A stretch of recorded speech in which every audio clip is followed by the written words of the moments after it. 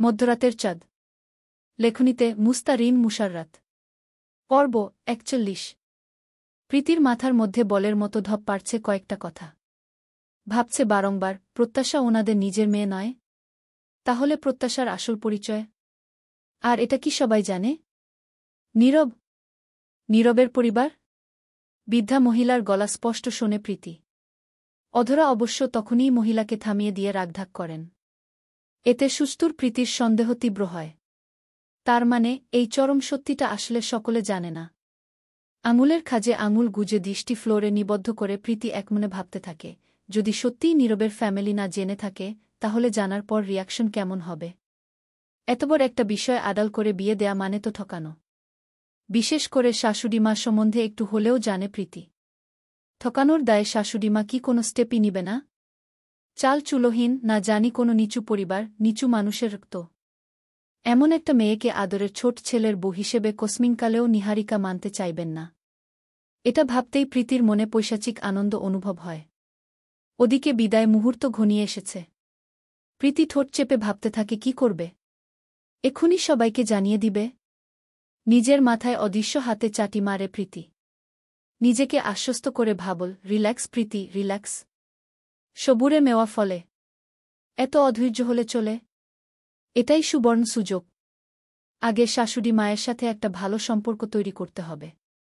ওনার কাছে বিশ্বাসযোগ্য হতে হবে। তারপর সময় সুযোগ মতো যা করার করতে হবে। আর প্রত্যাশা? তোমার মতো একটা থার্ড ক্লাস মেয়ের জন্য নীরব আমাকে চড় মেরেছে না? তখন খুব উপভোগ করেছিলে বুঝি?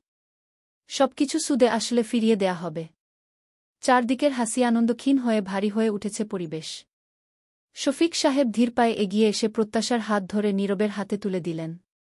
কণ্ঠ ভেজা হলেও দৃঢ়ভাবে বললেন, মেয়েটা আমার একটু বেশিই অবুঝ বাবা। তোমার হাতে তুলে দিলাম। ওকে ভালো রাখার দায়িত্ব তোমার। যত সমস্যা দুঃখকষ্টই আসুক, মেয়েটাকে যেন কখনো একা মনে না হয়। সবসময় পাশে থেকো। নীরব মাথাটা কিঞ্চিত নুইয়ে নম্রস্বরে আশ্বস্ত করতে উত্তর দিল, আপনি নিশ্চিন্ত থাকুন বাবা। প্রত্যাশাকে নিয়ে কোনো টেনশন করবেন না। আমি আমার সর্বোচ্চ দিয়ে সর্বদা চেষ্টা করব ওকে ভালো রাখার। তোমার উপর আমার বিশ্বাস ভরসা আছে বাবা। তবু অবুঝ মেয়েটাকে নিয়ে একটু বাড়তি চিন্তা হয় গিয়ে। প্রত্যাশার ভীষণ কান্না পাচ্ছে। এতক্ষণের আটকে রাখা কান্না বাঁধ ভাঙার জোগাড় হল। আর হতেই প্রত্যাশা আর সামলাতে পারল না। বাবার বুকে ঝাঁপিয়ে পড়ে হাউমাউ করে কেঁদে উঠল। শফিক সাহেবের চোখ ভিজে উঠল। মেয়ের মাথায় হাত বুলিয়ে বললেন, কাঁদে না মা আমার। কান্না করলে মাথা ধরবে। তারপর তোমার আম্মুর আমার বেশি খারাপ লাগবে যে কি। প্রত্যাশার কানে কোনো কথাই ঢুকছে না। মনে হচ্ছে সব বুঝি পর করে চলে যাচ্ছে। হৃদয়টা ছিঁড়ে যাচ্ছে কষ্টে। বাবার কাছে যত আবদার আহ্লাদ ছিল তা বুঝি আর আগের মতো রাখা হবে না। বিয়ে শব্দটাই মেয়েদেরকে কেমন বাবার বাড়ি থেকে পর করে দেয়। প্রত্যাশা বাবার পিঠের পাঞ্জাবি খামচে ধরে বুকে মুখ গুজে শব্দ করে কাঁদতে কাঁদতে বলে উঠল, আব্বু আমি কোথাও যাব না গি। নীরব ভেবাচ্চাকা খেল। সব তো ঠিকঠাকই ছিল। হঠাৎ বিদায়ের সময় কি হল? বন্ধু বান্ধব কলিগরা ভাববে বউ মনে হয় বিয়েতে রাজি ছিল না। না হলে এতমরা কান্না কেউ করে? আবার হেঁচকি তুলে ডিরেক্ট বলে, আব্বু আমি কোথাও যাব না। নীলার পাশে দাঁড়িয়ে নিভান ফিসফিসিয়ে বলল, আরে তোমার বোনকে একটু বোঝাও। আমার বেচারা ছোট ভাইটার ফেস দেখে বোঝা যাচ্ছে সে টেনশনে পড়েছে। যে সে টেনশন নয়, মহা টেনশনে ঘি। নীলা ঝাড়ি মেরে বলল, বাদ দাও তো। ওর ধমু। চোখের পানিতে শফিক সাহেবের পাঞ্জাবি ভিজিয়ে ফেল প্রত্যাশা। মাহবুব সাহেব এগিয়ে এসে বললেন, প্রত্যাশা মা কাঁদে না। তুমি যদি এভাবে কাঁদো তোমার বাবা মায়ের বেশি খারাপ লাগবে। তাদের কথা একবার ভাবো। আর মা তোমার যখন মন চায় তুমি বাবা মায়ের কাছে আসবে যাবে। নীরব নিয়ে যাবে, কোনো অসুবিধা হবে না। তাছাড়া দূরত্বও তো বেশি নয়। এতে মন খারাপ করার কিছু নেই মা। নীলাশা আছে, দুই বোন একসাথে মিলেমিশে থাকবে। তুমি তো হেসে হেসে যাবে, যা দেখে তোমার বাবা মায়ের ভালো লাগবে গি। অধরা কাঁদতে কাঁদতে অসুস্থ প্রায়। অবুঝ সরল বাচ্চা মেয়েটাকে শ্বশুর বাড়ি পাঠাতে একটু বেশিই কষ্ট হচ্ছে। অধরাকে সামনে আনতেই কান্নায় ভেঙে পড়ল। মামে জড়িয়ে ধরে সে কি কান্না। বড় মামা ধমকিয়ে উঠলেন, থাম তোরা। ওদিকে যাওয়ার জন্য তাড়া দিচ্ছে। আর এত কান্নাকাটির কি আছে? কালকেই তো আবার ফিরনি আসবে গি। মামি এসে প্রত্যাশাকে ছাড়িয়ে বললেন, আচ্ছা এবার থামো। আর দেরি করো না। মুরুব্বিরা তাড়া দিচ্ছেন গু। বাড়ির খানিকটা আগ থেকে রাস্তার দুইধার সজ্জিত করা। দুপাশে রঙিন আলো, ফুলের সাজ, টিপটপ পরিবেশ। টিপটপ বাতিগুলো সাজানো স্বপ্নের মতো ঝলমল করছে। মেইন ফটক রাজকীয়ভাবে সাজানো। মেইন গেট পেরিয়ে গাড়ি নীরবদের আলোকসজ্জিত বাড়ির ঠিক সামনে থামল। গাড়িতে নীরব একটাও কথা বলেনি প্রত্যাশার সাথে। প্রত্যাশা এখনও নাক টেনে যাচ্ছে। নীরব পকেট থেকে টিস্যু বের করে বাড়িয়ে দিল। না তাকিয়ে বলল, গাড়ি ঘোরাতে বলবো? মমানে? তোমাকে রেখে আসি। তুমি তো আর নিজ ইচ্ছায় আসতে চাওনি। জোর করে তুলে দেয়া হয়েছে। তাই ভাবছি রেখে আসি গু। প্রত্যাশা ভ্রু কুঁচকে তাকাল। বিটবিট করল, শ্বশুর বাড়িতে আবার নিজ ইচ্ছায় কেউ আসে নাকি? নীরব ভ্রুকুটি করে শুধাল, কি বলো, রেখে আসব? প্রত্যাশা ঠোঁট ফুলিয়ে বলল, আপনার তো আর বাবা মাকে ছেড়ে আসতে হয়নি। তাই আপনি আমাদের মেয়েদের কষ্টটা বুঝবেন না। এটা শুধু মেয়েরাই জানে। হু গো। বাড়িতে বড়রা ছিলেন। ছোটরাও দৌড়ে গিয়ে জড় হয়। ড্রাইভার গাড়ির গেট খুলে দিতেই নীরব নামতে নেয়। শর্মিলা এগিয়ে আসতে আসতে বললেন, এই নীরব একটু বস। একসাথে নামতে হবে। দাঁড়া, ভাবি আসছে, মিষ্টি মুখ করাতে হবে আগে কি। নীরব বিরক্ত স্বরে বলল, এত রিচুয়াল গু। শর্মিলা একগাল হেসে বললেন, তুই বিরক্ত হোস জন্য তো অনেক রিচুয়ালই বাদ দেয়া হয়েছে। এটুকু কোনো ব্যাপার না গি। নিহারিকা এগিয়ে আসলেন। কাটা চামচে এক টুকরো মিষ্টি তুলে ছেলের সামনে ধরলেন। হা কর বাবাউ। নীরব মুখে নিতেই পরপর প্রত্যাশার দিকে মিষ্টি বাড়িয়ে বললেন, প্রত্যাশা নাও। প্রত্যাশা অল্প করে একটু নেয়। নিহারিকা আরেকটু স্বাদতেই প্রত্যাশা মাথা নাড়িয়ে না বোঝায়। নিহারিকা প্রত্যাশার হাতে সালামি দিয়ে নরম গলায় বলল, প্রত্যাশা মা, এ বাড়িটা তোমারও বাড়ি। যেদিন থেকে আমার নীরবের বউ হয়েছ সেদিন থেকেই এ বাড়ির সম্মান তুমি। তোমার সাথে আমার ছেলের, আমার বাড়ির মানসম্মান জড়িয়ে আছে। নিজের সম্মান, বাড়ির সম্মান কিভাবে রক্ষা করে চলতে হয় আশা করি এতটুকু বোধবুদ্ধি নিয়ে চলবে। আমার দিন তো ফুরিয়ে আসছে, তোমরা সংসারটাকে যত্ন করে ভালোবাসা দিয়ে আগলে রাখবে। আশা করি সময়ের সাথে সাথে সব শিখে পড়ে যাবে। শুধু মন থেকে শেখার চেষ্টাটুকু রাখবে গু। এক সেকেন্ড থেমে ফের বললেন, শাশুড়ি শ্বশুর বলে কিছু নেই, আমরা সবাই তোমার আপনজন। তবে একটা কথা মনে রেখো, সংসার মানেই মানবিমান, টানাপোড়েন, এসব কিছু থাকবেই। সবকিছু বুদ্ধি আর ধৈর্য দিয়ে সামলাতে হয়। আল্লাহর কাছে দোয়া করি, সুখে থেকো, আমার কলিজার টুকরো ছেলেকে সুখে রেখো। তোমাদের জীবন অনাবিল সুখ প্রশান্তিতে ভরপুর থাকুক। দৃষ্টি নুইয়ে প্রত্যাশা কলের পুতুলের মতন চুপচাপ সবটা শুনো। আরও দু-একজন মিষ্টি মুখ করানোর পর বরবু একসাথে ভেতরে ঢোকে। দুই পাশ থেকে ফুলের পাপড়ি ছিটিয়ে ওয়েলকাম জানানো হয়। চারিদিকে লোকজনের কোলাহলে প্রীতির বিরক্ত লাগছিল। ও রুমে যাচ্ছিল এমন সময় আবির সামনে এসে দাঁড়ায়। হাতে স্টেপ আর কাচি। ব্যস্ত স্বরে বলল, এই যে মেজো ভাবি, তোমাকেই খুঁজছি। প্রীতি কিছুটা অবাক স্বরে বলল, আমাকে? কিন্তু কেন? ছোট দাদানের রুমে চলো, একটু হেল্প লাগবে। এখনও বাসরঘর সাজানো কমপ্লিট হয়নি। এদিকে নতুন ভাবি ড্রয়িং রুমে বসে আছে। ছোট দাদান রাগ করছে, ভাবি ফ্রেশ হবে। দ্রুত রুম ছাড়তে বলছে আমাদের। তুমি একটু হাতে হাতে সাহায্য করবে? সেকেন্ডের মধ্যেই প্রীতির মেজাজের পারদ আকাশ ছুল। রাগে হিসিস করল। তবে বাইরে প্রকাশ না করে স্রেফ বলে দিল, আমার কাজ আছে, আমি পারব না গি। আবির নাছোড় বান্দার মতো বলে, আরে তোমারই তো দেবরের বাসরঘর, তোমারও তো একটা দায়িত্ব আছে। যাও, বেশি কিছু না, তুমি অনেক লম্বা আছো, শুধু অর্কিডগুলো দেয়ালে সেট করে দিবে গু। প্রীতি কাটকাট গলায় বলল, আমার মাথা ধরেছে। I need rest. নীলাশাকে ডেকে নাও। নিহারিকা এদিক দিয়ে যাচ্ছিলেন। হঠাৎ থেমে গিয়ে গম্ভীর মুখে বললেন, নীলাশা এ বাড়ির বড় বউ। বয়সে তোমার ছোট হলেও সম্মানে বড়। আশা করি এরপর থেকে সেভাবে সম্মান দিয়ে কথা বলবে গি। শর্মিলা হাসি মুখে বলল, প্রীতি যাও না, নীলাশাও যাচ্ছে। দেবরের বিয়েতে ভাবিরা এসব ব্যাপারে একটু কাজ করবে, এটাই স্বাভাবিক। প্রীতির ফর্সা মুখে অমাবস্যা নামল। উপায়ান্তর না পেয়ে অগত্যা গেল। শাওয়ার নিয়ে ভেজা চুলগুলো ব্যাগ ব্রাশ করতে করতে ব্যস্ত হয়ে নীরব ড্রয়িংরুম দিয়ে বাইরে যাচ্ছিল। প্রত্যাশা ড্রয়িংরুমে বসে, পাশে জয়নব আরাও আছেন। এতক্ষণ আত্মীয় স্বজন বুকে ঘিরে রেখেছিল। এবারে অবশ্য একটু ভিড় কমেছে। বুড়িটার কথায় প্রত্যাশা খুব বিরক্ত হচ্ছে। নীরবকে দেখে প্রত্যাশা তড়িঘড়ি ডেকে উঠল। নীরব! নীরব সাথে সাথেই ফিরে তাকিয়ে ভ্রু নাড়িয়ে ইশারায় প্রত্যুত্তর দেয়া। প্রত্যাশা উঠে দাঁড়াল, সাথে গায়ের গহনা শাড়ির শব্দ ঝনঝন করে উঠল। হাতের ফোনটা বাড়িয়ে বলল, আপনার ফোন? কেউ বোধহয় কল দিচ্ছে গু। নীরব ঠোঁটে হাসি টেনে বলল, ওহ, কথা বলেছ? ঘাট কাত করে হ্যাঁ সূচক প্রত্যুত্তর দেয় প্রত্যাশা। শফিক সাহেব খানিকক্ষণ আগে নীরবের নম্বরে কল দিয়েছিলেন। নীরব কথা বলে প্রত্যাশার কাছে দেয়। নীরব যেতেই পাশে বসা আবিরের নানু মুখ কালো করে বলে উঠলেন, এই মাইজা জানো না কিছু? স্বামীর নাম মুখে নেওয়া লাগে না। আমরা এতকাল সংসার করেছি, চুলে পাক ধরেছে, তাও কোনোদিন ভুলেও স্বামীর নাম মুখে আনি নাই। আর এইটুকু বাচ্চা মাইজা হইজা একদিনেই স্বামীরে নাম ধরে ডাকোগ। মান্ধাতার আমলের চিন্তাধারার মানুষ জয়নব আরা। বৃদ্ধার কথায় প্রত্যাশার বদনখানি বিরক্তিতে ঠাসা হল।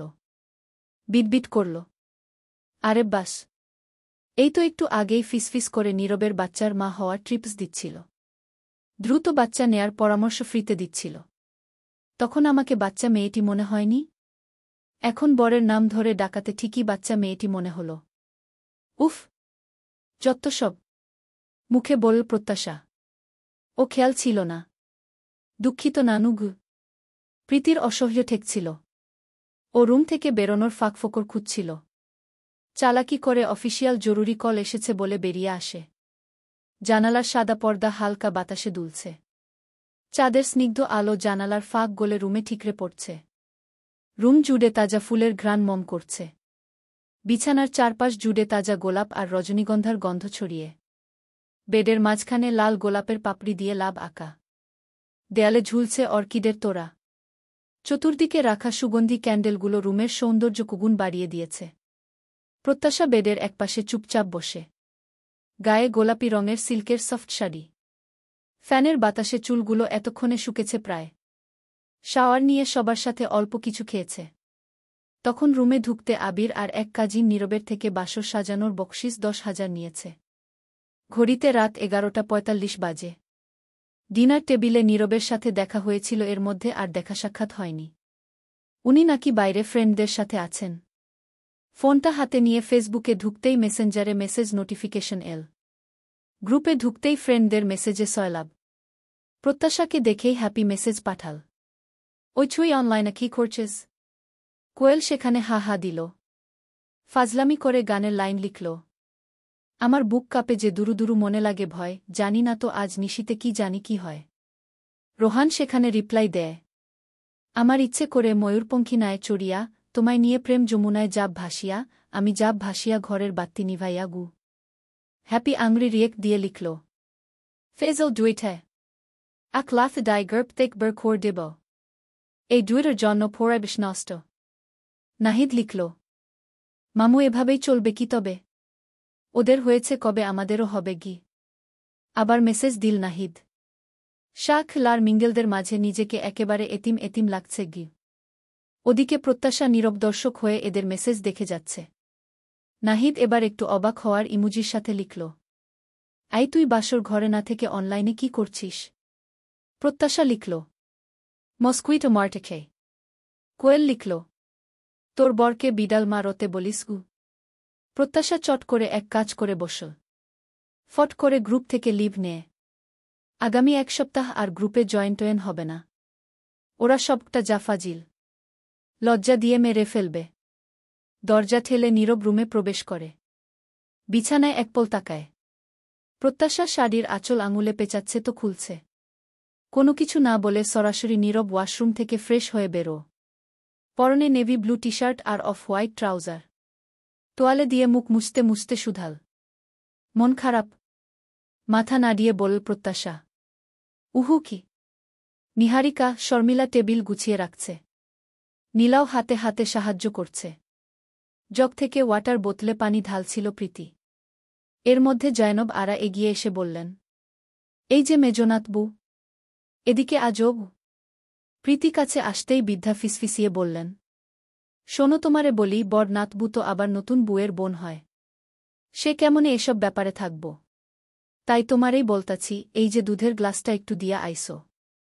আর শোনো, নতুন বুটা নাদান বাচ্চা মাইজা, হেতিরে একটু সব কিছু বুঝাইয়া দিও। তুমি যাও মানুষ, এগুলান তো তোমার দায়িত্ব। প্রীতির মেজাজের পারদ আকাশ ছাড়িয়ে মহাকাশে যাওয়ার অবস্থা। কোনো রকমে নিজেকে সামলে নেয়। মুখে সৌজন্যমূলক হাসি টেনে টিপিক্যাল বুদের মতো রসিকতার ছলে উত্তর দেওয়ার চেষ্টা করে, আরে নানু, এত টেনশন করবেন না তো। আমাদেরকে কিছু শিখিয়ে দিতে হবে না। যার বু সেই শিখিয়ে পড়িয়ে নিবে গু। পরপর দুধের গ্লাসের দিকে তাকিয়ে বলল, ইয়ে নানু, ইচ্ছে রুমে একলা আছে, ও ভয় পাবে। আমি রুমে যাচ্ছি, দুধটা পরি দিয়ে আসুক। কি হলো পরি, দুধটা তুমি গিয়ে দিয়ে আসো গু। এই বলে প্রীতি কেটে পড়ে। পরি দুধের গ্লাস আর ফলের প্লেট প্রত্যাশার হাতে দিয়ে চলে যায়। প্রত্যাশা দরজা লক করে হাতের ট্রে বেড টেবিলে রাখে। নীরব তোয়ালে ব্যালকনিতে রেখে রুমে পা দিয়ে জিজ্ঞেস করল, কে এসেছিল? প্রত্যাশা দেখিয়ে বলল, পরি এসেছিল। নানু বলেছেন দুধটা আপনাকে দিতে গু। ওটা তুমি খাও, আমার থেকেও তোমার জন্য বেশি জরুরি গু। মুখ লটকে না করে বিছানায় পা ঝুলিয়ে বসল প্রত্যাশা। নীরব একটা গোলাপ হাতে নিয়ে পাপড়িগুলো একটা একটা করে ছিঁড়তে ছিঁড়তে বলল, ফার্স্ট নাইটে কি গিফট করতে হয়, আই হ্যাভ নো আইডিয়া। অনেক ভেবেও কি গিফট করব ভেবে পাইনি। তাই অবশেষে ভাবলাম গিফটটা তোমার উপর ছেড়ে দিই। এবার বলো, কি গিফট চাও? যা চাইব তাই দিবেন? অফকোর্স। আমার সাধ্যের মধ্যে থাকলে সর্বোচ্চ চেষ্টা করব সেটা তোমাকে দেয়ার। গিফটটা তোলা থাক, পরে পাছে কখনো চেয়ে নিব গু। ফুলের পাপড়িগুলো প্রত্যাশার মাথার উপর ছেড়ে ঠোঁটে হাসি ফুটিয়ে বল নীরব, ওকে, শুধু মনে করে চেয়ে নিও গু। প্রত্যাশার চুলের ভাজে ভাজে লাল গোলাপের পাপড়ি বেঁধে থাকল। মুখের উপর পড়তেই নীরব ফু দিয়ে সরিয়ে দিল। বলল, আজ পূর্ণিমা।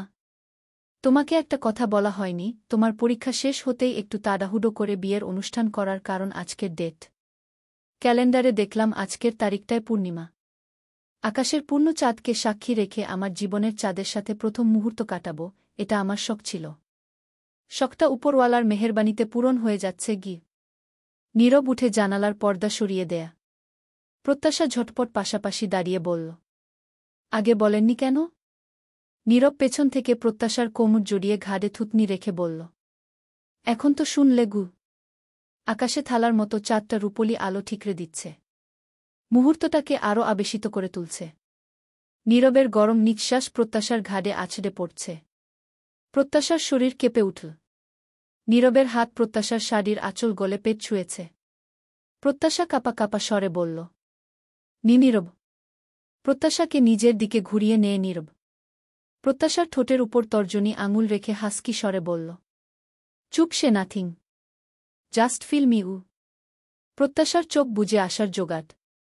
কপালে চুমু এঁকে বলল কোমল স্বরে নীরব, দিস মোমেন্ট জাস্ট আস্ক। নীরবের আবেশ প্রত্যাশার আকস্মিক প্রশ্নে যেন হালকা হল। প্রত্যাশা নিভু নিভু দৃষ্টিজোড়া অদূরে রাখে। আকস্মিক প্রশ্ন করে উঠে, Nirab, how much do you love me? Nirab আকাশে জ্বলজ্বল করা চাঁদের দিকে একপল চাইল। পরপর মুগ্ধ চোখে প্রত্যাশার দিকে তাকিয়ে সম্মোহিত কণ্ঠে বলল, if the full moon ever asked me who I love more, her or you, I'd smile and say you, because even the moon fades when you are around গো।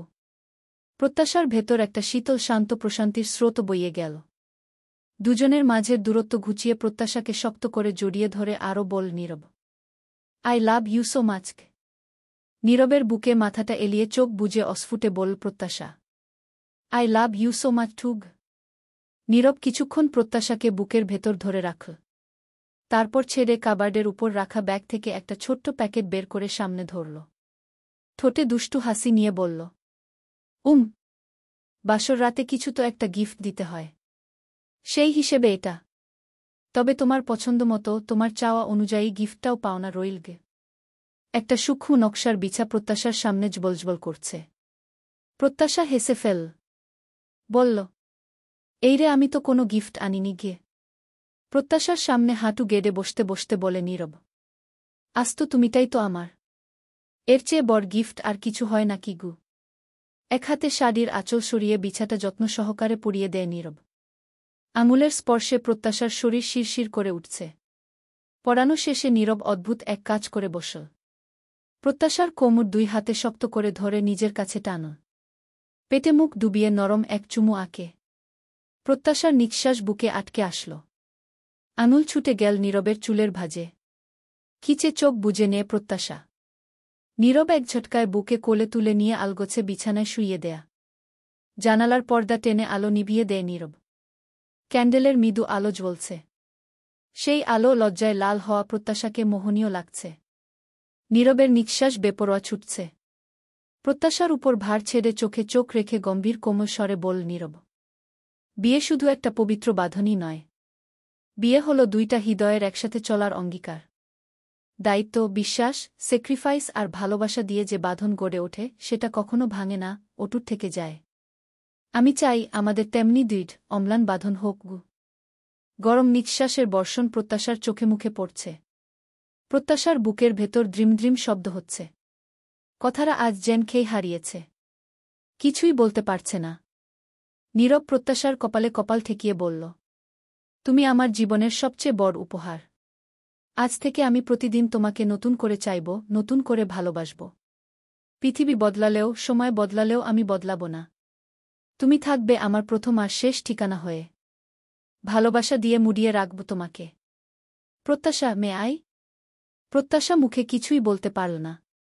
অনুভূতিতে টালমাটাল প্রত্যাশা নীরবতাকে বেছে নিল। আপনা আপনি প্রত্যাশার হাত দুটো নীরবের টি-শার্টের কলার আঁকড়ে ধরল। আরেকটু কাছে টানল।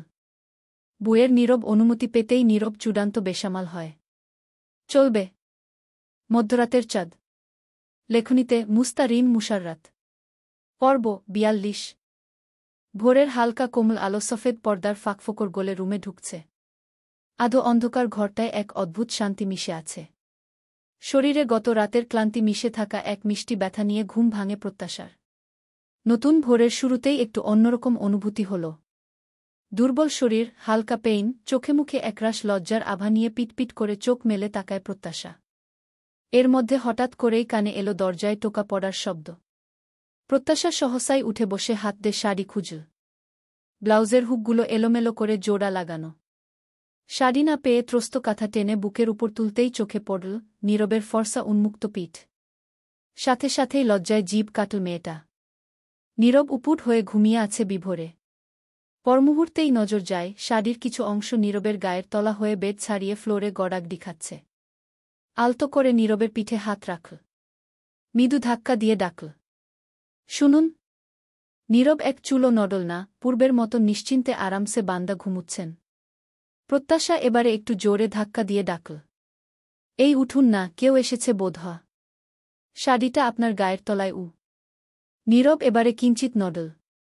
প্রত্যাশা দাঁত চেপে বলল, নীরব, কি ঘুমরে বাবা? নীরব পাশ ফিরল। কপালে বিরক্তির ছাপ নিয়ে ঘুমু ঘুমু স্বরে বলল, সকাল সকাল কি শুরু করেছ বলো তো? শাড়ি নিব। আপনার গায়ের তলায় পড়ে আছে কি? চোখ দুটো বুঝেই এক ঝটকায় প্রত্যাশার হাত চেপে ধরে টেনে নিয়ে বিছানায় আষ্টেপৃষ্ঠে জড়িয়ে গলায় মুখ ডুবিয়ে বলে নীরব, ঘুমাও তো, এক্ষুনি উঠতে হবে না গি। প্রত্যাশা হইচই করে উঠল। আরে ছাড়ুন তো, বললাম, কেউ নক করল মনে হল গু। একরাশ বিরক্তি নিয়ে চোখ মেলে নীরব। ঘড়িতে সময় দেখে ৭টা বাজতে ১৫ মিনিট বাকি। বলল, বাড়ির সবার মাথা গেছে নাকি? আজকের দিনে ৭টা বাজার আগেই নক করতে আসবে? কেউ আসেনি। তোমার মনের ভুল গু। বলেই লতার মতো প্যাঁচিয়ে ধরে নীরব। প্রত্যাশার দম আটকে আসার উপক্রম। হাঁসফাঁস করে ওঠে, মা গো, চ্যাপ্টা হয়ে যাচ্ছি তো। নিঃশ্বাস আটকে আসছে, ছাড়ুন, দূরে সরুন। নীরব নির্লিপ্ত কণ্ঠে বলল, দূরে সরা ইম্পসিবল গু। ২ সেকেন্ড থেমে পর মুহূর্তেই বলল, বরকে ঠিকঠাক সামলানোর জন্য হলেও তোমার বেশি বেশি খেয়ে দে একটু মোটা হওয়া জরুরি। এতটা থিন যে আমাকে খুব বেশি সতর্ক থাকতে হয় গে। প্রত্যাশা ভেঙচিকে চিটে ফের মোজডামুজডি আরম্ভ করে। বাড়ির গিন্নিরা কিচেনে ব্যস্ত। এর মধ্যে এক প্রতিবেশী প্রৌঢ় হন্তদন্ত হয়ে এসেছেন সাজকালে। কণ্ঠে এক সমুদ্র অসহায়ত্ব মিশিয়ে লোকটা বললেন, ভাবি নীরবকে একটু ডেকে দিন। কি যে ঝামেলায় আছি ভাবি, বলে বোঝানো যাবে না। সারারাত চিন্তায় দুই চোখের পাতা এক হয়নি। এখন কি করব ভেবে কুলকিনারা পাচ্ছি না গি। নিহারিকা উত্তরে বলেন, নীরব এখনও উঠেনি। আপনি একটু অপেক্ষা করুন। নীরব বেরোলেই কথা বলবেন। লোকটা নাছোড় বান্দার মতো বলে উঠলেন, ভাবি একটু ডেকে দিন না গি। নিহারিকা বেশ বিরক্ত হল। ছেলেটা চাকরি পাওয়ার পর থেকে এলাকার মানুষের একটু কিছু হতে না হতেই ছুটে আসে। যত দায়দায়িত্ব মনে হয় ওনার ছেলের। নিজেরা অকাম কুকাম করে আসবে, সেখানে তার ছেলের কাছে সাহায্যের জন্য ধন্না ধরবে। নিহারিকা বিরক্তির ছাট কপালে নিয়েই বললেন, আপনি বসুন, চা খান। অতঃপর পরীকে চা নাস্তা দিতে বলে কিচেনে ঢোকেন নিহারিকা। শরীরটা প্রচণ্ড খারাপ লাগছে নীলার। তলপেটে ব্যথা হচ্ছে। চিনচিনে ব্যথাটা ক্রমশ বাড়ছে। দুদিন আগেই পিরিয়ড ভালো হয়েছে। তারপর রাত থেকে হঠাৎ আবার ব্লিডিং হচ্ছে। বিছানায় দুই হাত ঠেস দিয়ে কপাল কুঁচকে নীলা বসে। নিবান তোয়ালে দিয়ে মুখ মুছতে মুছতে জিজ্ঞেস করল, নীলাশা বেশি সমস্যা হচ্ছে? পেইন বাড়ছে গি। আমি পরীকে বলছি খাবার রুমে দিতে। অল্প করে হলেও কিছু মুখে দিয়ে পেইন কিলার খেয়ে নাও। আজ যেহেতু বাড়িতে অনুষ্ঠান, অনেক ব্যস্ত থাকব, তাই এ বেলায় ডক্টরের কাছে না গিয়ে বিকেলে যাব। এটুকু সময় খুব কি বেশি সমস্যা হবে? নীলা দুপাশে মাথা নেড়ে বলল, না কিছু হবে না। মেডিসিন নিলে ব্যথা চলে যাবে। তবে হঠাৎ এরকম হওয়ার জন্য মেজাজ খারাপ হচ্ছে। বাড়িতে লোকজন, অনুষ্ঠান, তার মধ্যে এসবে যা রাগ হচ্ছে না। এমনিতেই প্রত্যেকটা মাসের শেষে আমি কতটা আশা নিয়ে থাকি, বাট বারবার হতাশ হই গি। ডোন্ট ওয়ারি, আমরা তো এমনিতেই এই মাসে ডক্টরের সাথে পরামর্শ করতে যেতাম। যাই হোক, সেটা না হয় আজই গেলাম। আই হোপ দ্রুতই আমরা 2 থেকে 3 জন হব গ। শেষের কথা শুনে লাজে ফর্সা গাল রঙিন হয়ে ওঠে নীলার। ব্যথায় কপাল কুঁচকে আসলেও অদৃশ্য এক টুকরো ভালো লাগায় ভেতরটা শিহরিত হয়ে উঠল। লোকটা চায়ের কাপে চুমুক দিয়ে এদিক ওদিক তাকালেন। আনিশাকে দেখে কাছে ডাকলেন। আদুরে গলায় বললেন, নীরবকে একটু ডেকে দাও তো পিচ্ছি গ।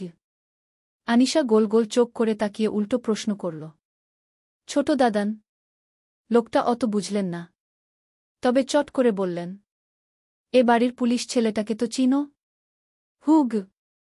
হ্যাঁ হ্যাঁ, তার কথাই বলছি। একটু ডাকো তো জলদি। আনিশা গিয়ে ছোট হাতে দুবার থাপ্পড় দিয়েছিল দরজায়। এসে নাকমুখ কুচকে কোমড়ে হাত দিয়ে বলে, ছোট দাদান, নতুন ভাবি ঘুমুচ্ছে। দরজা খোলে না গি। একটু বলো একজন দেখা করতে এসেছে গি।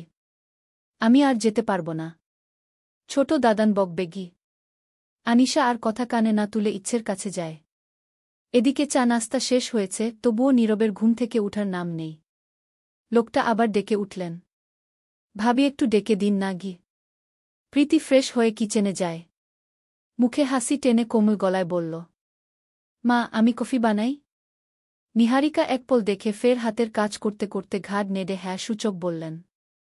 ওই লোক আবার বলে উঠতেই পরিখাক করে উঠল, কি গরুর মতো হাম্বা হাম্বা শুরু করছে। একে তো সাত সকালে আইছে, আবার আওনের পর থেইকাই ডাক আসা গরুর মতো ছটফট করতিছে। ওর বুড়ে না ধুইরা ওরে ধরনের দরকার আছিল উ। নিহারিকা মোটা মোটা চোখে তাকাতেই জিভ কাটে পড়ি। নিহারিকা গম্ভীর মুখে বললেন, যা নীরবকে ডেকে দেগি। পরি হাত দুটো ধুয়ে কোমরে গুজে রাখা ওড়নার আঁচল ছাড়িয়ে মুছতে মুছতে গেল। দরজার এপারে দাঁড়িয়েই শুকনো ঢোক গিলে নেয়। কোনো রকমে জোরে জোরে বলে, ছোট ভাইজান, কালাম চাচা আপনার লগে দেখা করতে আইছে গু। বলেই ভো দৌড় দে পড়ি। মানুষের জন্য সে আর ধমক টমক খেতে পারবে না। এখন নীরব শুনলে শুনছে, না শুনলে নাই। শাওয়ার নিয়ে অ্যাশ কালারের ট্রাউজার আর সাদা টি শার্ট গায়ে চেপে বেরোয় নীরব। ভেজা চুলে আঙুল ঢুকিয়ে ব্রাশ করতে করতে ড্রয়িং রুমে আসছিল। প্রীতি কফির ফ্লাস্কটা ডাইনিংয়ে রাখতে আসতে গিয়ে নীরবের সামনাসামনি পড়ে। একবার চোখ তুলে নীরবের দিকে তাকায়। মাথাভর্তি ভেজা চুল, কপালের উপর থাকা চুল থেকে 2-1 ফোঁটা পানি ঝরছিল। তাৎক্ষণিকভাবে দৃষ্টি সরিয়ে নেয় প্রীতি। নীরব ওর মতো গিয়ে সোফায় বসল। আর বসতেই ভদ্রলোক গলা খাকারি দিয়ে শুরু করলেন। বাবা, বড় বিপদে পড়ে আইছি। শালার ছোট ছেলে এক অকাম করে ফেলেছে। হারামজাদা ছেলে পাশের এলাকার একটা মাইয়ারে নিয়া পালাইছে। মাইয়ার বাপ কেস করছে। এখন রাতে পুলিশ এসে তোমার চাচিরে ধরে নিয়া গেছে। আমার নামেও কেস হয়েছে। তবে আমি বর বেয়াই বাড়ি দাওয়াত খেতে গিয়েছিলাম দেখে অল্পের উপর দিয়ে বেঁচে গিয়েছি। তোমার চাচি থানা মহিলা মানুষ, কত কেমনডা লাগে। অকাম করে রাখছে হারামজাদাটা আর গুষ্টি শুদ্ধ এখন ভুগছি। রাতেই তোমার কাছে কল করছি। সারারাতে কতবার তোমার নম্বরে যে কল দিছি হিসাব নাইকা। বারবার ফোন দিয়া বন্ধ পাইছি। নীরব খুক করে কেসে উঠল। মনে মনে ভাবল, ভাগ্যিস ফোনটা বন্ধ রেখেছিলাম। ভদ্রলোক এক নাগাডে বলতে লাগলেন, তোমাদের আর কারো নম্বর ছিল না? অবশেষে এই সক্কাল ছুটে আসা লাগল। বাবা, তোমার চাচিরে জেলে চালান না করে দেয়। দেখা করতে যাব, গেলে আমাকেও আটকিয়ে দিবে। সেই ভয়ে দেখাও করতে পারছি না। বাবা, একটা কিছু করো। যেভাবেই হোক তোমার চাচিরে ছাড়ানোর ব্যবস্থা করোগ। সবটা শুনে গম্ভীর স্বরে বল নীরব। মেয়েটা অনার্সে পড়ে, মানে অ্যাডাল্ট। সে যদি নিজের ইচ্ছায় যায়, জবানবন্দি দিলেই কেস হালকা হবে। আপনাদের দিক থেকে চাপ কমে যাবে। আগে আপনার ছেলের সাথে বসে কথা বলুন। তাদেরকে আসতে বলুন। না এসে ভয় পেয়ে পালিয়ে থাকলে উল্টা আপনাদের সমস্যায় বাড়বে। হারামজাদা কোণে ঘাপটি মায়েরা আছে। ওর মারে জেলে নিয়েছে, ওর একটুও চিন্তা হচ্ছে না। ও শালার ছাওয়াল আছে, আসলে পড়েই মাইয়ার বাপ মাইয়ারে জোর করে নিয়ে যাবে। এমন হারামজাদা জন্ম দিছি গু। প্রত্যাশা চুল আঁচড়াচ্ছিল। নীরব একটা প্যাকেট বাড়িয়ে বলল, পরীকে বলেছি তোমার নাস্তা রুমে দিয়ে যেতে। এখানে পেইন কিলার আছে, খেয়ে নিবে গু। প্রত্যাশা ঘাট কাত করে বলে, আচ্ছা গি, ভেতরে আছে। মনে করে কিন্তু খেয়ে নিবে। খেয়াল ছিল না, আরও আগে দরকার ছিল। ইমার্জেন্সি খাবে কিন্তু গু। আচ্ছা রাখুন, খেয়ে নিব গু। ওয়ারড্রোবের উপর রাখতে রাখতে নীরব আবারও সতর্ক করে প্রত্যাশাকে। প্রত্যাশা চিরুনি নামিয়ে কিছুটা বিরক্ত গলায় বলে, আচ্ছা বাবা, মনে থাকবে। মনে করে খাব। এবার হয়েছে? এর মধ্যে নীলার গলা এল। দরজার উপাস থেকে নক করতেই প্রত্যাশা ঝটপট বলল, আরে আপু, দাঁড়িয়ে কেন? ভেতরে আসো। দুই বোনকে স্পেস দিতে নীরব রুম থেকে বেরিয়ে যায়। প্রত্যাশার পরনে লাল রঙের শাড়ি। নীলা দেখে বলল, এখন তো ভালোই একা একা শাড়ি পরা শিখে গিয়েছিস। প্রত্যাশা একটু খুশিই হল। আহ্লাদি সুরে বলল, শাড়িটাতে আমাকে ভালো লাগছে। নীলা ছোট করে বলল, হুম। তারপর একটা ছোট্ট প্যাকেট থেকে লাল বক্স বের করল। প্রত্যাশার হাতে দিয়ে বলল, তোর বিয়ের গিফট আমাদের তরফ থেকে। কখনো আবার বলে বসবি বন্ধুলাভাই বিয়েতে কিছু দেয়নি। আর ও হ্যাঁ, একটা শাড়িও আছে। দুপুরে শাড়িটা দিব, ওটা বুভাতের গিফট। এবার দেখ দুলজোড়া পছন্দ হয়েছে কি না গি। এক জোড়া স্বর্ণের ঝুমকা। প্রত্যাশা একগাল হেসে বলল, বাহ, ভারী সুন্দর ডিজাইন। আচ্ছা, এটা পরিয়ে দাও। তুই পরে নে, আমার কাজ আছে গু। আরে দাও না, হুক লাগিয়ে দাও। আয়নার সামনে দাঁড়িয়ে প্রত্যাশা কানে দেয়, নীলা হুক লাগিয়ে দেয়। প্রত্যাশা আঙুল দিয়ে ঝুমকা নাড়িয়ে বলল, ডিজাইনটা সত্যিই চমৎকার হয়েছে। থ্যাংক ইউ আপু গু। বারবার নীলার কপাল কুঁচকে আসছিল। প্রত্যাশার নজরে পড়তেই মুখের হাসি উবে গেল। কণ্ঠে উদ্বেগ প্রকাশ করে বলল, আপু, তোমার মুখটা শুকনো লাগছে। অসুস্থ তুমি গু? না, তেমন কিছু না ঘি। নীলা আর বাড়তি কথা না বলে চলে আসে। বাড়িতে আত্মীয় স্বজন আছে, কাজটাজ না করলে আবার কথার সৃষ্টি হবে। নীলা কিচেনে যায়। বারবার কোমরে হাত চেপে ধরছিল ও। নিহারিকা লক্ষ্য করতেই বললেন, নীলাশার শরীর খারাপ লাগলে রুমে যাও, বিশ্রাম নাও। হাতের কাজটা শেষ করি। সবাই আছে, কাজ একটু দেরি হলেও হয়ে যাবে। তুমি রুমে যাও। যদিও কাজটাজ করতে একটুও ভালো লাগে না নীলার, তবে সবার সামনে ভালো থাকতে চাওয়ার জন্য হলেও একটু নিজ ইচ্ছায় করতে আসে। অবশ্য আজ শরীরটা সত্যিই খারাপ। নীলা যেতেই পরি ভেঙচি কেটে বলল, বড় ভাবির তো কাম দেখলেই শরীর খারাপ হইয়া থাকে।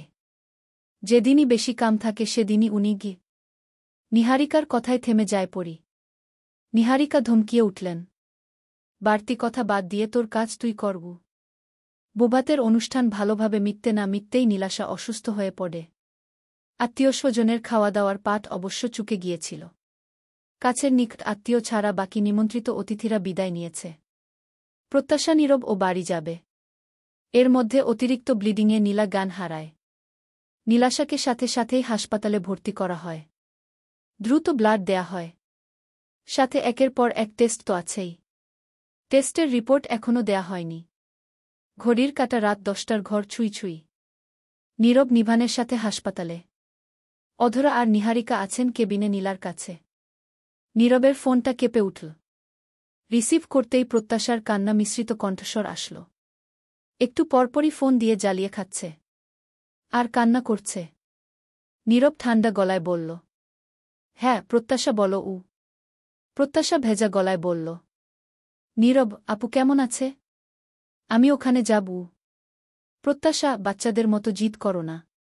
এখানে ভিড় বাড়ালে ভালো হবে না। ভাবি আগের থেকে একটু ভালো আছেন, গানও ফিরেছে। রিপোর্ট হাতে আসুক, সব তোমাকে জানাব। রাতের খাবার আনতে আমি একটু পর বাসায় আসছি।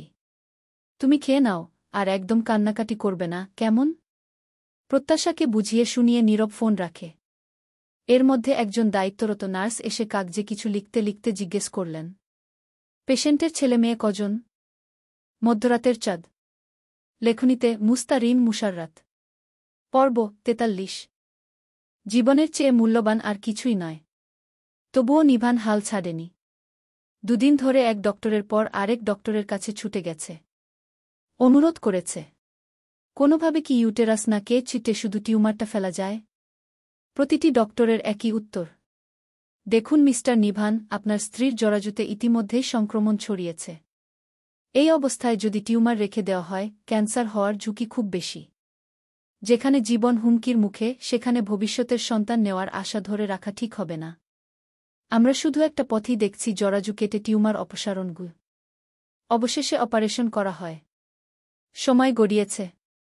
এর মধ্যে কেটে গেছে 2 সপ্তাহ। 5 দিন হল নীলাশাকে হাসপাতাল থেকে বাসায় আনা হয়েছে। মেয়েটার মুখে এক ফোঁটা হাসি নেই। সারাক্ষণ রুমে বিষণ্ণ চিত্তে বসে থাকে। কেউ কথা বললে দু একটা বলে, এছাড়া সবসময় পাথর বনে থাকে। মেয়েটা ভেতরে ভেতরে একদম ভেঙে পড়েছে।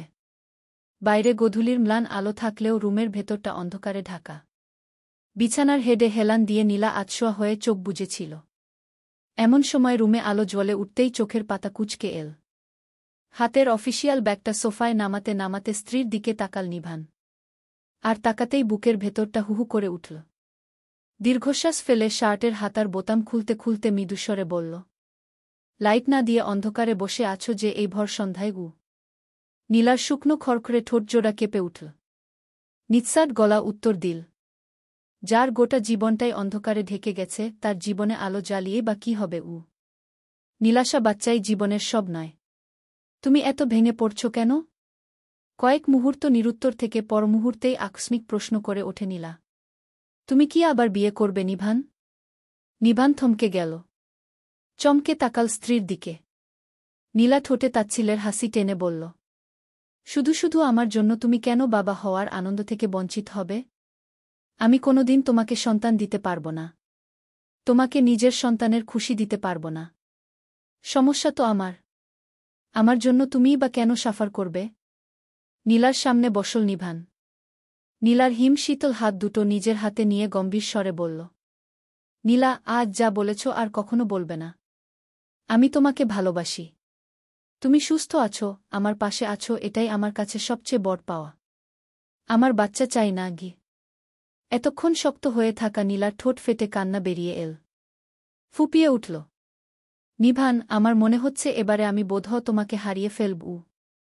এক ছটকায় নীলাকে বুকে টেনে নেয় নিভান। মাথায় হাত বুলিয়ে শান্ত করতে বলল, নীলাশা, তুমি আমাকে এই চিনো? আমার বাচ্চার প্রয়োজন নেই। আমি তোমাকে চাই, শুধু তোমাকেই। আমি তোমাকে নিয়েই সন্তুষ্ট থাকতে চাই। আর বাচ্চা আমরা অ্যাডপ্ট নিব। তাহলেই তো সমস্যা সলভ হয়ে যাবে। নীলা মাথা নাড়ল। কান্না ভেজা গলায় বলল, তা হয় না নিভান, তা হয় না।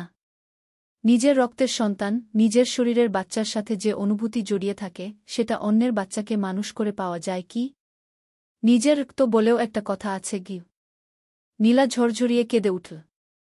ফাপড় নিয়ে বলে ওঠে, নিভান, এ কোনো পাপের শাস্তি আমি পাচ্ছি? নিয়তি কেন এতটা নিষ্ঠুর হল? একটা বাচ্চা হওয়ার পরে এই অসুখটা হলেও তো আমি নিজেকে সান্ত্বনা দিতে পারতাম। নিভান, তুমি তো জানো আমি শুরু থেকেই একটা বাচ্চা চাইতাম। ছোট্ট একটা বাচ্চা যে তোমার আর আমার ভালোবাসায় এই পৃথিবীতে আসবে। আমাকে মা বলে ডাকবে। আমি কত আদর করব। আমি একটা বাচ্চা নিয়ে কত কি ভেবে রেখেছিলাম। একটা অসুখ আমার সব স্বপ্ন ভেঙে চুরমার করে দিল। আমি এই কষ্ট সহ্য করতে পারছি না নিভান। পারছি না গি। নীলার আহাজারিতে রুমের পরিবেশ ভারী হয়ে ওঠে। এদিকে নোনতা জলে নিভানের খোঁচা খোঁচা দাড়ি ভিজে গেল। আজকাল চোখের পানি বেইমানি করছে। তারও কি কম কষ্ট হচ্ছে নাকি? ছেলে মানুষ বলতে পারে না, প্রকাশ করতে পারে না।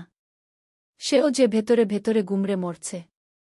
ইসলামী ব্যাংকে অফিসার পোস্টে ভালো অ্যামাউন্টের বেতনের চাকুরি করে সে। এ বাড়িতে সবার থেকে মাস গেলে সেই বেশি টাকা পায়। আল্লাহর রহমতে অর্থের অভাব কোনোদিন হবে না। তবে সারা জীবনের জন্য একটা বড় অপূর্ণতা রয়ে যাবে। নিভান নিজেকে সামলে বলল। নীলাশা, শান্ত হও। নীলাশা, তুমি নিজেকে কেন দায়ী ভাবছ? আজ যদি আমার কোনো সমস্যা হতো? এমনও তো হতে পারত। আর অনেক মানুষ আছে যাদের স্বামী স্ত্রী দুজনেরই কোনো সমস্যা নেই, অথচ তাদের সন্তান হয় না, হয়নি। আল্লাহ কাউকে ছেলে দিয়ে, কাউকে মেয়ে দিয়ে, কাউকে বা উভয় দিয়ে, আবার কাউকে সন্তান না দিয়ে পরীক্ষা করেন। এটা আমাদের জন্য পরীক্ষা। ধৈর্য ধরো। সন্তান সন্ততিই জীবনের একমাত্র টার্গেট নয় গ। নিভানের পিঠের শার্ট আঁকড়ে ধরে বুকে মুখ গুজে ফুপিয়ে ফুপিয়ে উঠছে নীলা। নীলার মাথাটা বুকে চেপে ধরে বল, নিভান, নীলা, আমার উপর ভরসা রাখো, আমি তোমাকে ভালোবাসি, সারা জীবন এভাবেই ভালোবেসে যাব। ভুলেও আর উল্টাপাল্টা কথা মাথায় আনবে না গি। এক মুহূর্ত থেমে নরম কোমল স্বরে ফের বলল, আমার কাছে বাবা হওয়ার স্বপ্নের চেয়েও বড় তুমি। তুমি থাকলেই আমার পৃথিবী পরিপূর্ণ। তোমাকে নিয়েই আমি বাকিটা জীবন পার করতে চাই। আমার বাচ্চা দরকার নেই। আমার সুখ, আমার স্বপ্ন সবকিছুই শুধু তোমাকে নিয়েই গু। সারাদিন অফিসেই থাকে প্রীতি। সন্ধ্যা থেকে সকালটুকু বাড়িতে খেটে তার। সবার সাথে সৌজন্যমূলক আচরণ শো করে চলছে। তবে সত্যি বলতে তার দম আটকে আসছে। আর একটা সপ্তাহই আছে সে। এদিকে এই এক সপ্তাহের মধ্যেই সে প্রত্যাশার ব্যাপারটা যেভাবেই হোক সবার সামনে আনবে। মানে আনবেই। এদিকে বাড়ির সবাই এই কদিন নীলাশাকে নিয়ে ব্যস্ত ছিল। তাই সুযোগ পেয়ে উঠেনি প্রীতি। একদিনে শাশুড়ির মনও বেশ বুঝে ফেলেছে। শাশুড়ি যে বিষয়টা পজিটিভলি নিবে না তা সুস্থুর প্রীতি নিশ্চিত। নীলাশার সাথে প্রত্যাশার সম্পর্ক সুমধুর নয়। এখানেও প্লাস পয়েন্ট। সে যেহেতু সুখী হয়নি। অন্যের সুখ তার সহ্য হচ্ছে না। যে করেই হোক সেই সুখে গুণ ধরলেই যেন একটু শান্তি মিলবে। মনে মনে প্রীতি চক্কসছে। কিভাবে বিষয়টা সবার সামনে উপস্থাপন করবে? নীলানিভান রুমে, বাকিরা ড্রয়িং রুমে। নীরব অফিসে। প্রত্যাশা চায়ের কাপে চুমুক দিচ্ছে, অন্য হাতে ফোন স্ক্রোল করছে। এক প্রতিবেশী এসেছে। হঠাৎ বলে উঠলেন, নিভানের মা বুমা গুলান দারুণ পেয়েছে। মাশাল্লাহ, মেজ বউ তো দেখছি খুবই সুন্দরী। বড় বউও সুন্দরী। তবে সেই হিসেবে ছোট বুটা একটু। এতটুকু বলে থামলেন মহিলা। প্রত্যাশা কানে শুনেও না শোনার ভান ধরে রইল। নিহারিকা বিরক্ত চোখে তাকালেন। মহিলা হাসার চেষ্টা করে বললেন, না মানে ছোট ছেলেটা যত সুন্দর সেই হিসেবে একটু কম আর কি। তবে মন্দ না গি। নিহারিকা প্রত্যুত্তরে বলেন, কারো সৌন্দর্য চোখে মাপা যায় না। আপনার চোখে হয়তো কম বেশি লাগে, কিন্তু আমাদের চোখে তিনজনই সমান। আসল সৌন্দর্য চরিত্রে, মনের ভেতরে। সেটা হয়তো চোখে ধরা পড়ে না গ। মহিলা সুর মিলিয়ে বললেন, হ্যাঁ হ্যাঁ, তা তো ঠিকই গু। আরও কয়েকটা কথা বলে এবারে একটু ফিসফিসিয়ে বললেন, ভাবি, আপনার বড় বৌমার কথা শুনলাম। শুনে তো খুব খারাপ লাগল। বেশি খারাপ লাগছে নিভানের জন্য। তা ভাবি, ছেলেকে আর বিয়েশাদি দিবেন না? ছেলে তো সুস্থ সক্ষম, বউয়ের জন্য ছেলে কেন নির্বংশ থাকবে? এই ব্যাপারে আপনি কি বলেন? আপনার মতামত কি? প্রত্যাশার জিভের আগায় কথা চলে আসে। তবে ভাবে দেখি শাশুড়ি কি উত্তর দেয়। অবশেষে কথাগুলো পেটেই চালান করে নিয়ে প্রত্যাশা। নিহারিকা মুখটা গম্ভীর করলেন। এই হয়েছে প্রতিবেশীরা সম্বেদনা জানানো তো নয়, আরও যেন মজা নেয়। বিকেলে একবার একজন তো নীলার সামনেই নিভানের বিয়ে নিয়ে কথা বলছে। সেই থেকে নীলার মুখটা বেশি বিষণ্ণ ঠেকছে। নিহারিকা অসন্তুষ্ট চাহনিতে চেয়ে বললেন, আজ যদি নীলাশা আমার মেয়ে হতো তাহলে আমি কি করতাম ভাবি? উত্তরটুকু আপনার কাছেই রাখলাম। অসুখ বিসুখ আল্লাহর দেয়া, আল্লাহ আমাদের পরীক্ষা করেন। এতে তো নীলাশার হাত নেই। নীলাশা সুস্থ আছে এই অনেক। আমার ছেলের জীবন, বাকিটা সে যা ভালো বুঝে করবে। আমি একজন মা, যেমন তেমন একটা মেয়েও ছিলাম। আজ না হয় প্রৌঢ়া হয়েছি। এই সময় একটা মেয়ের মানসিক অবস্থা কেমন থাকে এতটুকু বুঝতে পারি। আর আপনারা এই মুহূর্তে কিভাবে এসকল কথা তোলেন? তাও আবার কেউ কেউ ওর সামনেই বলে গি। কথাগুলো শুনে প্রত্যাশার ভেতর শাশুড়ির জন্য শ্রদ্ধা কুগুন বেড়ে গেল। মহিলা মুখটা থমথমে করে দ্রুত চলে যায়। মহিলা যাওয়ার পর শর্মিলা ঝাড়লেন খানিক। ড্রয়িংরুমের দেয়ালে টানানো ক্যালেন্ডারের দিকে তাকিয়ে মনে মনে কিছু হিসাব করছে প্রত্যাশা। ডেট দেখে কপালে চিন্তার ছাপ পড়ে। ঠোঁট কামড়ে ভাবতে থাকে।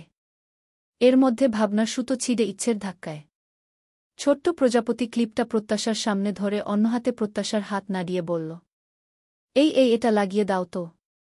খুলে গেছে গু। প্রত্যাশা মিষ্টি হেসে চুলে লাগিয়ে দিতে থাকে। শর্মিলা ফোড়ন কাটলেন। এই যে ইচ্ছে আপি, এই আবার কেমন? হ্যাঁ, আমি কিন্তু লক্ষ্য করেছি তুমি প্রত্যাশাকে এভাবেই ডাকো। কাকিমণি বলো না কেন? মাম্মা শেখায়নি? ইচ্ছে ঘাড় নেড়ে বলে, না হু। আচ্ছা, এবার থেকে প্রত্যাশাকে কাকিমণি ডাকবে, কেমন? ইচ্ছে ঘাট কাত করে আচ্ছা বলে। ইচ্ছের গাল টিপে বলে প্রত্যাশা, এই যে পিচ্চি কিউটিপাই, আমার বরকে তো পাপা ডাকো। পাশে থাকা আমাকে যখন কাকি ডাকবে তখন তো নিজেকে পরপর লাগবে। মানাবে না? তার চেয়ে আমাকে তুমি মামনি ডাকবে। বুঝেছ? ওকে বলে ইচ্ছে বায়না করল, মাম্মা পায়েস খাবো গু। প্রীতি ফোন স্ক্রোল করছিল। বিরক্ত হয়ে বলল, এখন? নিহারিকা বললেন, ফ্রিজে আছে, একটু গরম করে দাও। এর মধ্যে নীরব আসে।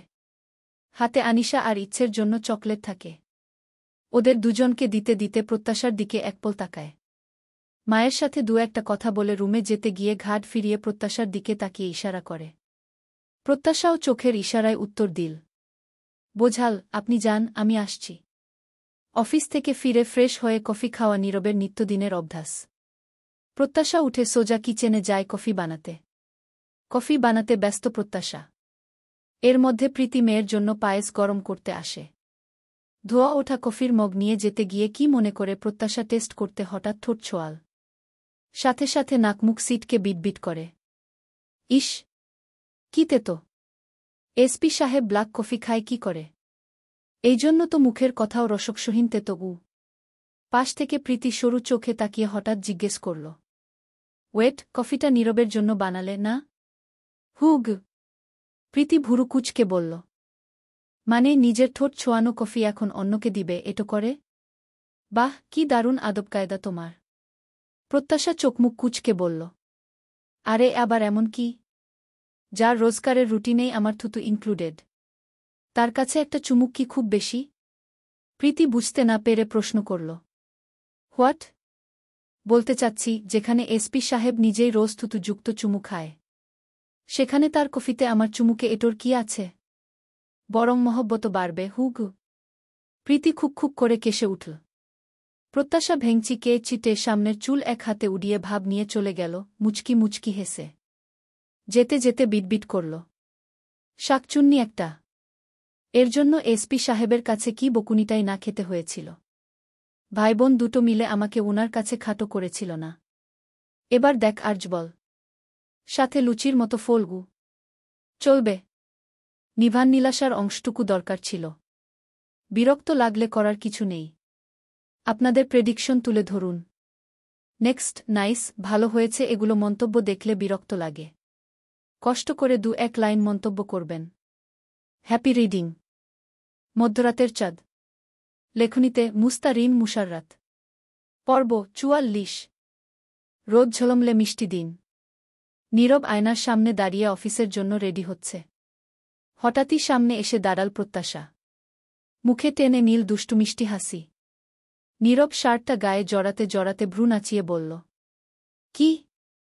কিছু বলবে? প্রত্যাশা আরেক পা এগিয়ে আচমকা নীরবের শার্টের বাটনে হাত দেয়া।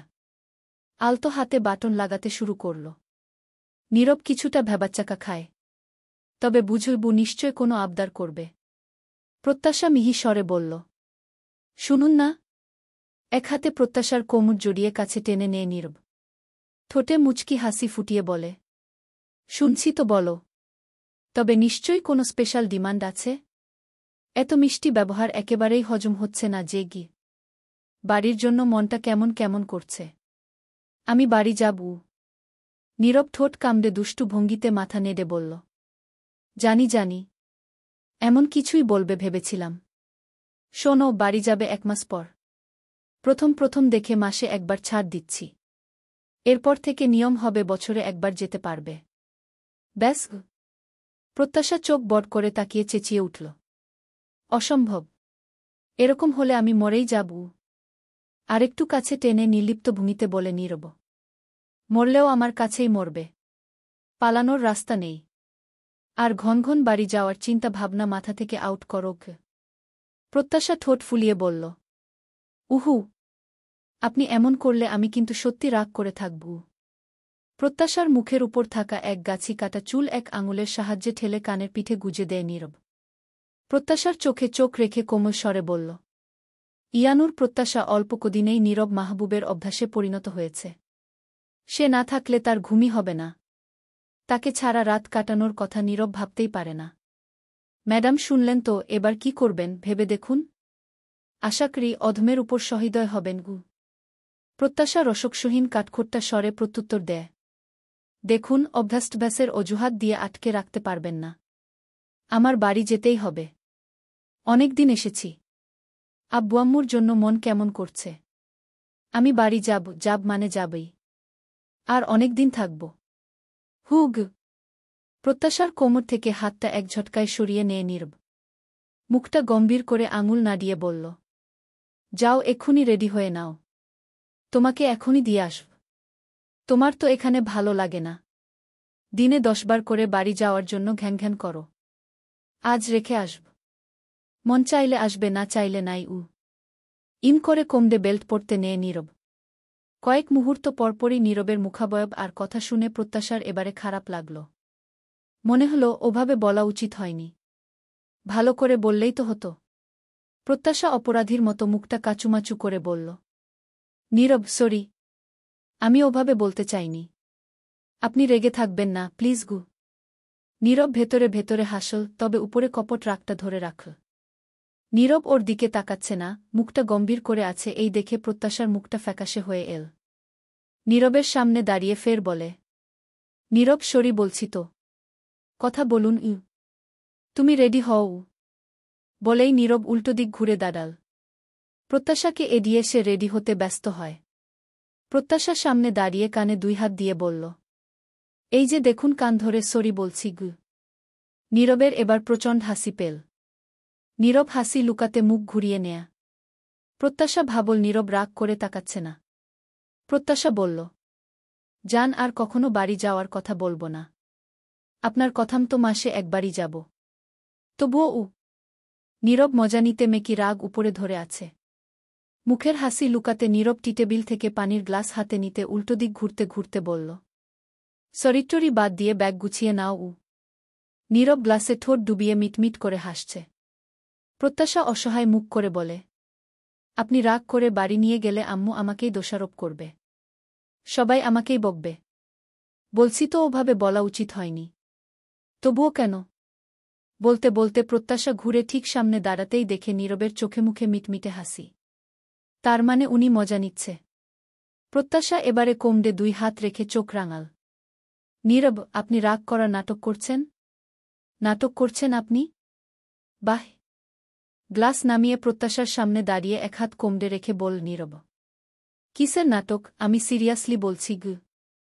আমিও এবার সিরিয়াসলি ব্যাগ গোছাই। প্রত্যাশা রাগ দেখিয়ে পা বাড়ায়। তক্ষুনি নীরব ওর হাত টেনে ধরে একটানে বুকের উপর নিয়ে এক হাতে পিঠ প্যাঁচিয়ে ধরে। সরি, এমনি মজা করেছি। তবে সারাক্ষণ বাড়ি যাব করে বিরক্ত করে ফেল উ। প্রত্যাশা রাগ নিয়ে বলল। ছাড়ুন উ। মাথাটা নুইয়ে প্রত্যাশার মুখটা দুই হাতে আজলা করে ধরে নীরব চট করে ঠোঁটে চুমু খেয়ে বলল। আগামীকাল শুক্রবার। অফডে আছে, সকালে রেডি হয়ে থাকবে, নিয়ে যাব। 2 দিন থাকবে, এর বেশি না কিন্তু? প্রত্যাশা প্রশ্ন করে উঠল। আপনার মাকে বলতে হবে না? না মানে ওনার থেকে পারমিশন নিতে হবে না গি? তোমাকে বলতে হবে না, আমি মাকে বলে রাখব উ। প্রত্যাশার মুখে হাসি ফুটল। খুশিতে নীরবের গালে চুমু খেয়ে বলে উঠল। থ্যাংক ইউ গ। নীরব চোখের কালোমণি ঘুরিয়ে চোখ বটবট করে প্রত্যাশার দিকে তাকাল। প্রত্যাশা লজ্জা পেল। নীরব চোখে মুখে দুষ্টু হাসি ফুটিয়ে এক আঙুল নিজের ঠোঁটের উপর রেখে ইশারা করল। প্রত্যাশা লজ্জায় আড়ষ্ট হয়ে বলল। যাহ, পারব না গি। সকালের নাস্তায় রুটি, ডিম ভাজি, সবজি, খিচুড়ি, বেগুনের চাক ভাজি আর ইলিশ মাছ ভাজি আছে। রুটি সবাই খায় না, সেই জন্য সাথে ভাত বা খিচুড়ি থাকে। নীরবের প্লেটে নিহারিকা রুটি, ডিম ভাজি আর সবজি তুলে দিলেন। প্রত্যাশা ঝিমুচ্ছে। নিহারিকা জিজ্ঞেস করলেন। প্রত্যাশা কি নিবে, রুটি না খিচুড়ি? রুটি প্রত্যাশার অতটা পছন্দ নয়। পরোটা হলে একটা খাওয়া যেত। ও বলল। খিচুড়ি ও। আচ্ছা, যেটা ভালো লাগে নাও উ। নিবান আবির খেয়ে মাত্র উঠে যায়। নীলাশা রুমে। প্রীতি কফি খেয়ে বেরিয়ে গেছে। অফিস থেকে সে খেয়ে নিবে। এত মশলাদার, তেলযুক্ত খাবার তার মুখে কম রুচে। প্রত্যাশা খিচুড়ির সাথে চাক ভাজি আর ইলিশ মাছ ভাজি তুলে নিল। ইলিশ মাছ তার আবার খুব প্রিয়। এক লোকমা ভাত মাছের সাথে গালে দিল। তবে কেমন যেন স্বাদ লাগছে না। মাছের গন্ধে গা গুলিয়ে আসছে। কয়েক লোকমা খেতেই হঠাৎ ওয়াক ওয়াক করে উঠল। এক হাতে মুখ চেপে দ্রুত উঠে বেসিনের সামনে যায়। গলগল করে বমি করতে থাকে। নিহারিকা কপালে চিন্তার ছাপ ফেলে শুধালেন। প্রত্যাশা, হঠাৎ কি হলো, এত বমি করছ যে? শরীর খারাপ লাগছে? জ্বরটর আসেনি তো উ? ট্যাপের নব ঘুরিয়ে পানি হাতে নিয়ে কুলি করে মাথা নাড়িয়ে না বোঝায় প্রত্যাশা। নিহারিকা তবুও কাছে এসে কপালে হাত দিয়ে চেক করলেন। নীরবের খাওয়া থেমে গিয়েছে। এদিকে চেয়ে বলল। কি না কি খেয়েছে, আবার বদহজম হয়েছে বোধহ উ। প্রত্যাশার অস্থির লাগছে। ছোট করে শ্বাস টেনে নিয়ে বলল। কই, তেমন কিছুই তো খাইনি গি। নীরব বলে। বিয়ের মধ্যেও তো এমন হয়েছিল। আচ্ছা, বমির ঔষধ আছে রুমে। একটা ফাস্ট খেয়ে নাও। বেশি সমস্যা হলে চলো ডক্টরের কাছে নিয়ে যাই গু। ওড়নার আঁচল দিয়ে ভেজা মুখটা মুছে নিয়ে বলল প্রত্যাশা। উহু, লাগবে না। এমনিই ঠিক হয়ে যাবে গু। শর্মিলা হঠাৎ বলে উঠলেন। নীরব, তুই বরং প্রত্যাশাকে ডক্টরের কাছেই নিয়ে যা। একবার চেকআপ করিয়ে আন। যদি কোনো সুকবর টুকবর থাকে গু। নীরব বেশম খেল। নিজেকে সামলে দ্যুট গলায় বলল। বললামই তো, বিয়ের অনুষ্ঠানের মধ্যেও ওর এরকম হয়েছিল। বদহজম হয়েছে। অমন কিছু না ছোটমা গু। প্রত্যাশার নার্ভাস লাগছে। সে তো এক ভুল করে বসে আছে। নীরব তো আর জানে না। তবে এমনিও এরকম হতে পারে বলে প্রত্যাশা মাথা ঝেড়ে ফেলে। নিহারিকা বললেন। অন্য প্লেটে খাবার দিচ্ছি, ওটা রাখো। খেয়ে ওষুধ খেয়ে নাও উ। প্রত্যাশা বলল। মা, এখন খেতে ইচ্ছে করছে না। পরে খেয়ে নিব গু। কেবল বমিটমি করল বলে কেউই আর প্রত্যাশাকে জোর করে না। প্রত্যাশা রুমে গিয়ে বিছানায় গা এলিয়ে দেয়া।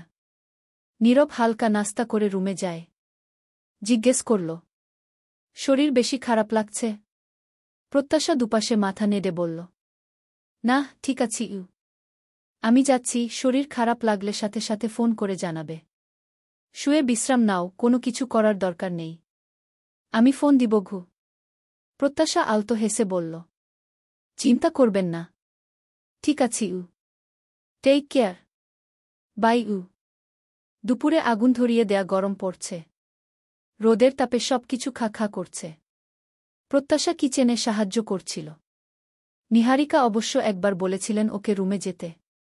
প্রত্যাশা সমস্যা নেই বলে রান্না করতে থাকে। প্যানে আলু ভাজছিল, কপাল বেয়ে দরদরিয়ে ঘাম ঝরছিল। শরীরটা ক্লান্ত লাগছিল, হঠাৎ কোনো কিছু ঠাহর করার আগেই মাথা ঘুরে পড়ে যায়। চোখে মুখে পানির ছিটা দিয়ে জ্ঞান ফেরে। বিছানায় শুয়ে আছে প্রত্যাশা। নিহারিকা চিন্তিত বদনে চেয়ে কণ্ঠে উদ্বেগ প্রকাশ করে বললেন, হঠাৎ কি হল? ভালো লাগে না আর? বাড়িতে একটার পর একটা সমস্যা লেগেই আছে গি। শর্মিলা বললেন, আরে ভাবি, ভালো কিছুও তো হতে পারে। শুধু শুধু চিন্তা করছো গু। দীর্ঘশ্বাস ফেলে নিহারিকা বললেন, আর ভালো রে ছোট। ভালো কিছু ভাবতেও আজকাল ভয় হয়। যা সব হচ্ছে আমার ছেলেদের সাথে গু। শর্মিলা বললেন, চিন্তা করো না। দাঁড়াও, আমি নীরবকে ফোন করছি। ওকে আসতে বলি, একবার প্রত্যাশাকে ডাক্তার দেখিয়ে আনুক। আমার তো মন বলছে গি। প্রত্যাশা কথা কেড়ে নিয়ে ইতস্তত করে বলল, ছোট মা থাক না। ওনাকে ফোন করার দরকার নেই। উনি ডিউটিতে আছেন, ব্যস্ত আছেন। শুধু শুধু ফোন দিয়ে গি।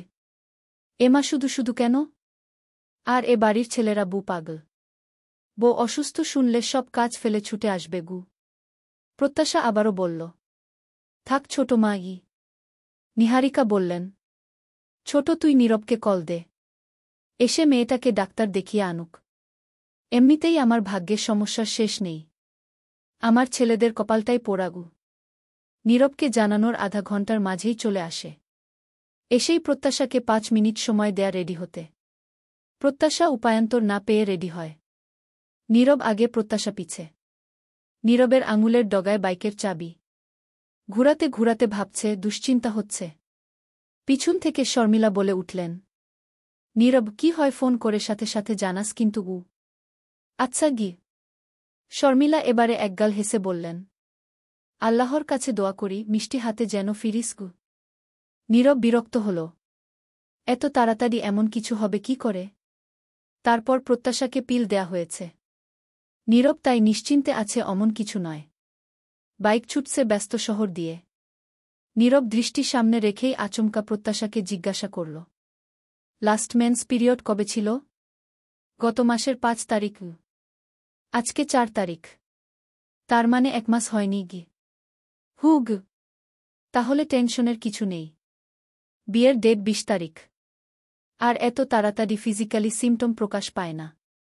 অবশ্য কারো কারো ক্ষেত্রে একটু আগেই সিমটম প্রকাশ পায়, তবুও মিনিমাম 1 সপ্তাহ তো পার হওয়া লাগে গি। ডক্টরের কাছে গেলেই এ টেস্ট সে টেস্ট এখন কমন বিষয়। কয়েকটা টেস্ট দেয়া হয়, সাথে আলট্রাও করা হয়। রিপোর্টগুলো আসতেই প্রত্যাশাকে ফের ডাকা হয়। নীরব প্রত্যাশা পাশাপাশি বসে। নীরব মনে মনে প্রে করছে সব যেন ওকে থাকে। মাঝ বয়সী ডক্টর তাহমিনা আল্ট্রাসাউন্ড রিপোর্ট হাতে নিয়ে দেখেই অমায়িক গলায় বললেন, মিস্টার নীরব, কনগ্রাচুলেশন। আপনি বাবা হতে যাচ্ছেন উ। নীরব থমকে গেল। আপনি বাবা হতে চাচ্ছেন কথাটা কানে ঝিঙি পোকার মতো ঝিনঝিন শব্দ তুলে বাজতে লাগল। স্তম্ভিত হয়ে বিমূর্ত চাহনিতে আকাশসম বিস্ময় নিয়ে প্রত্যাশার দিকে তাকায়। প্রত্যাশা মাথা নত করে হাতের তালু ঘষছে সমানে। ডাক্তার প্রত্যাশাকে জিজ্ঞেস করলেন, তোমার পিরিয়ড সাধারণত কতদিন পরপর হতো? মনে হচ্ছে সাইকেল 3-0 দিনের নয় গে। প্রত্যাশা আস্তে করে বলল, প্রায় 2-5 দিনের মতো হতো, কখনো কখনো তারও আগে গে। যাদের সাইকেল একটু ছোট হয়, যেমন 2-5 দিন বা তার কম, তাদের ক্ষেত্রে ওভুলেশন একটু আগে হয়। তবে এটা নরমাল ব্যাপার উ। বিপি চেক করে বললেন, প্রেশার লো, শরীর উইক।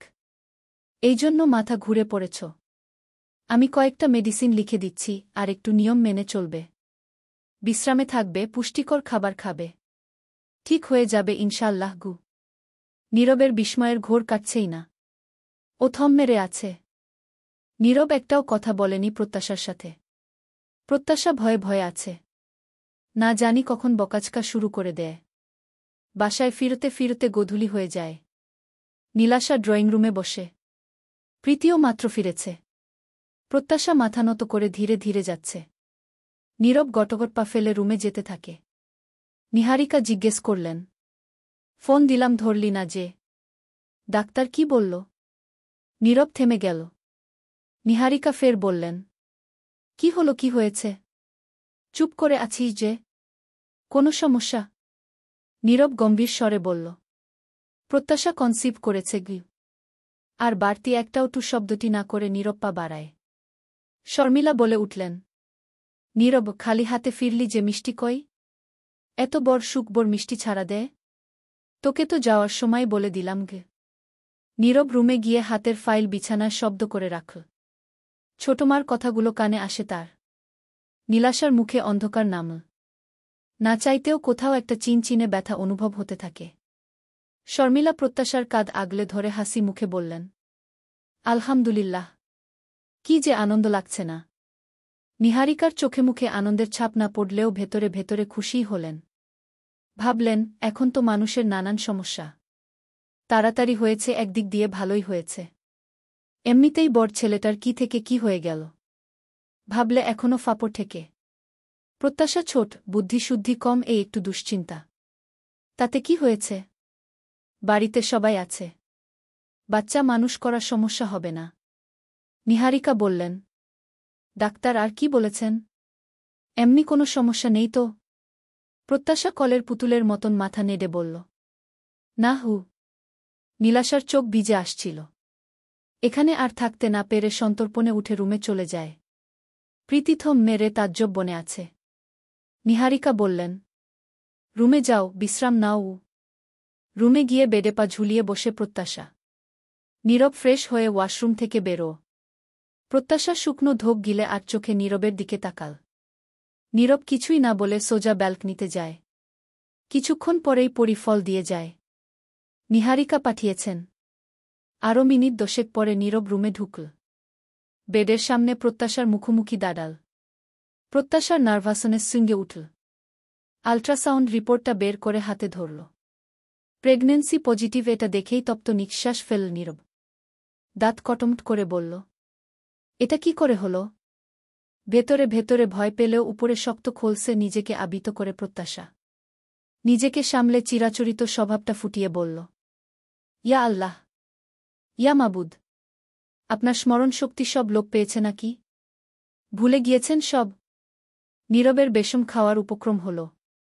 হালকা কেশে জিজ্ঞেস করল, উল্টাপাল্টা বাড়তি কথা না বলে যা প্রশ্ন করছি সরাসরি উত্তর দাও। আমি তোমাকে প্যাকেট দিয়েছিলাম, তুমি ঠিকমতো খাওনি?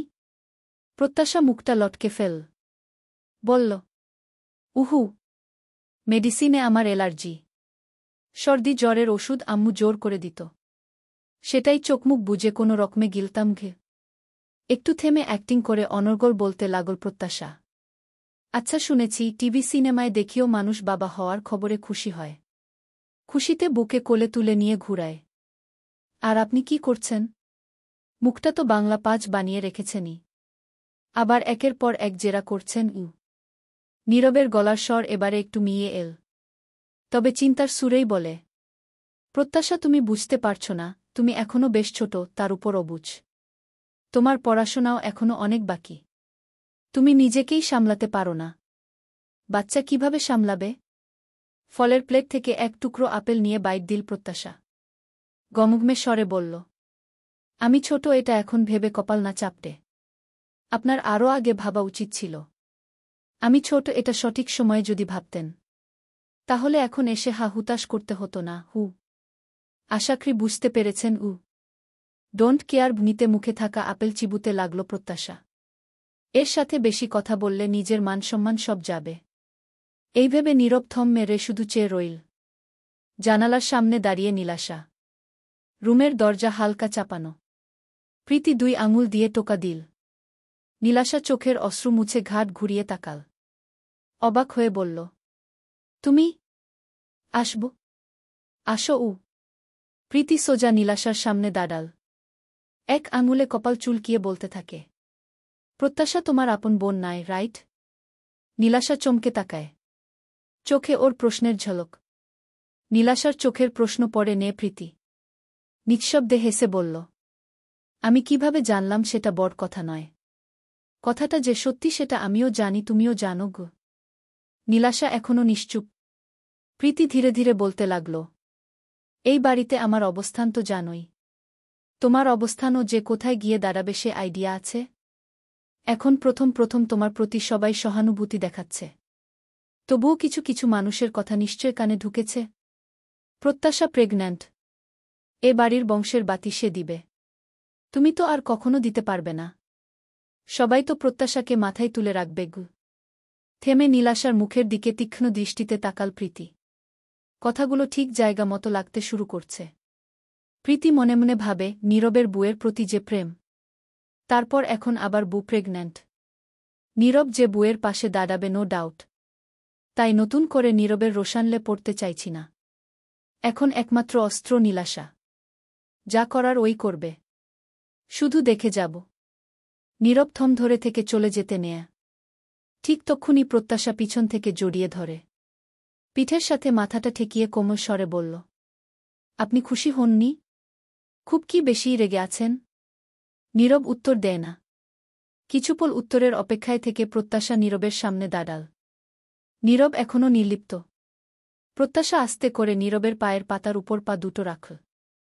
দুই হাতে গলা জড়িয়ে বলল, এবারে সত্যিটা বলছি। ওষুধে আমার অ্যালার্জি আছে। তবে ইচ্ছে করে খাইনি এমন না। ওষুধটা খাব তখন কোনো এক আত্মীয় রুমে চলে আসে। হাতের প্যাকেট ফট করে বিছানার তলায় রেখে দিই। তারপর কথা বলে ওনারা বের হওয়ার পর আমার আর খেয়ালই থাকে না আগে। চলবে। মধ্যরাতের চাঁদ। লেখনীতে মুস্তা রিম মুশাররাত। পর্ব ৪৫। প্রত্যাশা তোমার মধ্যে এখনও যথেষ্ট ম্যাচিউরিটি আসেনি। শুধু বাচ্চা জন্ম দিলেই হয় না। তাকে বড় করা, মানুষ করা সবচেয়ে বড় দায়িত্ব। আমি মনে করি না তুমি এখন বাচ্চা সামলাতে পারবে। আরেকটা কথা আছে, আমাকে একজন সুশিক্ষিত মা দাও, আমি তোমাদের শিক্ষিত জাতি উপহার দেব। কথাটা সত্যি। তোমার মধ্যে জানাশোনার অভাব আছে। তোমাকে পড়াশোনা করে জ্ঞানের বিকাশ ঘটাতে হবে। একদিকে তোমার বয়স কম, অন্যদিকে পড়াশোনাও বাকি। তোমার জন্য এখন বাচ্চা নেয়া উপযুক্ত সময় নয়। প্রত্যাশা গু। প্রত্যাশা ফ্যালফ্যাল করে তাকিয়ে। নীরব একনাগাড়ে বলে যাচ্ছে, বাচ্চা দুজনের ভালোবাসায় যেমনি আসে ঠিক তেমনি দুজনের ইচ্ছেতেও আসা জরুরি। সার্বিক দিক ভেবে আমি মনে করি গি। প্রত্যাশার বুকের ভেতর ঝড় উঠেছে। নীরব এভাবে বলবে কসমিনকালেও ভাবেনি সে। কাপা ঠোঁটে ধীরে ধীরে জিজ্ঞেস করল, কি? নীরব সোজাসাপটা বলল, বাচ্চাটা অ্যাবর্শন করাই বেটার। প্রত্যাশার বুকের ভেতরটা ধক করে উঠল। চোখ ভিজে এল মুহূর্তেই। অবিশ্বাসের দৃষ্টিতে চেয়ে বলল, নীর বউ। এক হাতে মুখ চেপে ধরে প্রত্যাশা কোনোরকমে ভেজা গলায় বলে, নীরব, এটা আমাদের প্রথম বাচ্চা। অ্যাবর্শন মানে তো খুব কিন করা। নীরব, আপনি নিজের বাচ্চাকে খুন করার কথা বলছেন? আপনি এতটা কঠিন আমি ভাবতে পারিনি গি। আমরা আবার বাচ্চা নেব, তবে দুজনের সিদ্ধান্তে সঠিক সময়ে। আগে তোমার পড়াশোনা শেষ হোক, তোমার মধ্যে সিরিয়াসনেস আসুক। প্রত্যাশা সবেগে দুপাশে মাথা নাড়ল। চোখ ভরা অশ্রু নিয়ে বলল, আমি পারব না। এটা পাগহিপ। আমি কিছুতেই এই পাগহিপ করতে পারব না ঘে। নীরব করা গলায় বলল, প্রত্যাশা, আমি চাই না এখন বাচ্চাটা আসুক। আমার সাথে সংসার করতে চাইলে আমি যা বলছি তাই করবে। বাড়তি কথা না বলে এখনই ডাক্তারের কাছে চলো। Let's go. ঘুমের মধ্যে অস্থিরভাবে নড়তে লাগল প্রত্যাশা। হঠাৎ ধরফ দিয়ে উঠে বসে চোখ মেলে নিজেকে বিছানায় আবিষ্কার করে। বুকের ভেতর দ্রিমদ্রিম শব্দ হচ্ছে। হাঁপাতে লাগল মেয়েটা। এতক্ষণে ঠাহর করে এটা স্বপ্ন ছিল। একটু শুয়েছিল আর চোখটা লেগে আসতেই দুঃস্বপ্নটা দেখে। ফোনের সময় দেখে রাত ৯:৪০ বাজে। নীরব রুমে নেই। সন্ধ্যায় বেরিয়েছে, এখনও ফেরেনি বোধহয়। নীরবের মুখে এক ফোঁটা হাসিও দেখা যায়নি, কেমন নির্লিপ্ত আছে। স্বপ্নটা আবার সত্যি হবে না তো? চোখে মুখে পানির ছিটা দিয়ে আলতো পায়ে রুম থেকে বেরোয় প্রত্যাশা। শাশুড়ির সাথে দেখা হতেই জিজ্ঞাসা করলেন, নীরব কোথায় গিয়েছে? রাত 10টা বাজতে চলল, এখনও ফিরল না যে।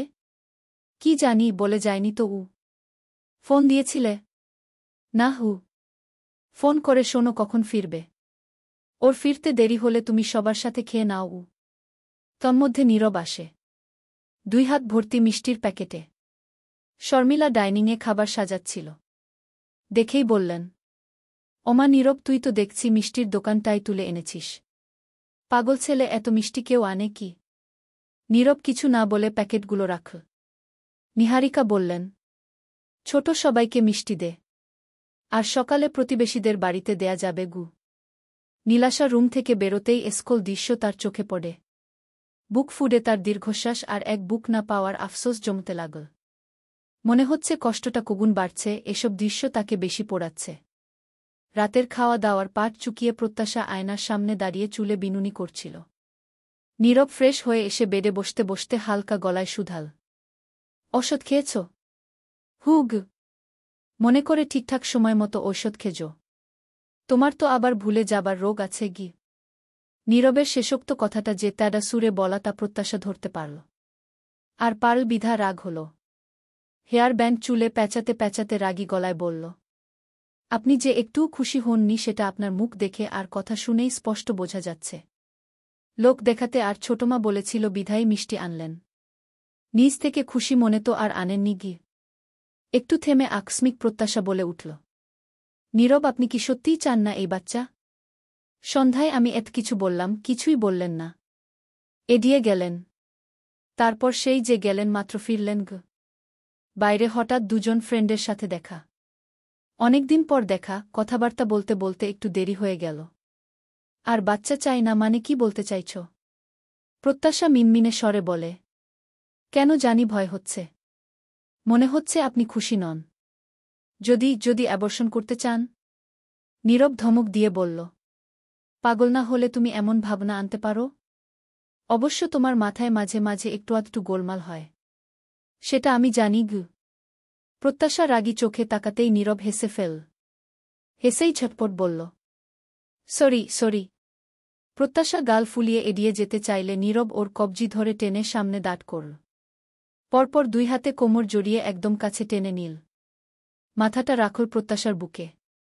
শক্ত করে জড়িয়ে ধীরে ধীরে গভীর কণ্ঠে বলল, শোনো প্রত্যাশা, একটা ছেলের কাছে বাবা হওয়ার সুখবরের চেয়ে বড় আনন্দ আর কিছু নেই।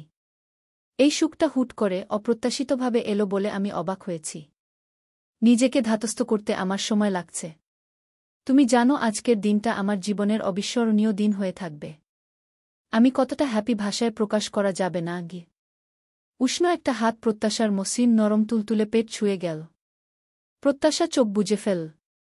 নীরব আলতো করে হাতটা বুলিয়ে ফিসফিস করে বলল, আমার তো আমার অংশ তোমার গর্ভে। ভাবলেই আমার বুক ভরে যাচ্ছে আনন্দে। মনে এক টুকরো শীতল প্রশান্তির স্রোত বইছে। নাম না জানা অনুভূতিতে আমি শিহরিত। আমার ফিলিংসটা আমি ঠিকঠাক ভাষায় প্রকাশ করে বোঝাতে পারছি না। পৃথিবীর সবচেয়ে হ্যাপি নিজেকে মনে হচ্ছে গি। প্রত্যাশার ঠোঁটে হাসি ফুটল। বুকের উপর জমা দুশ্চিন্তার পাথরটা নিমিষেই হাওয়ায় উড়ার মতো উড়ে গেল। প্রত্যাশার একটা হাত নীরবের চুলের ভাঁজে যায়। প্রত্যাশা হাফ ছেড়ে আলতো গলায় বলল, উফ, টেনশন হচ্ছিল। যাক, এবারে টেনশন ফ্রি হলাম গ। নীরব মাথাটা তুলে প্রত্যাশার মুখের দিকে চাইল। মুখে হাসি নিয়েই বলল, তবে আমার কিন্তু টেনশন বাড়ছে। আমার বাচ্চাটাকে ঠিকঠাক সামলাতে পারবে তো তুমি? আমি না পারি, আপনি তো আছেন গু। বিনিময় নীরব ঠোঁট ছাড়িয়ে হাসল। পরপর প্রত্যাশার সামনে হাঁটু গেড়ে বসে টুপ করে পেটের উপর চুমু খায় নীরব। মিষ্টি আদুরে কণ্ঠে বলল, হেই আমার ছোট্ট বেবি, মাই লিটল হার্টবিট, তাড়াতাড়ি এসো।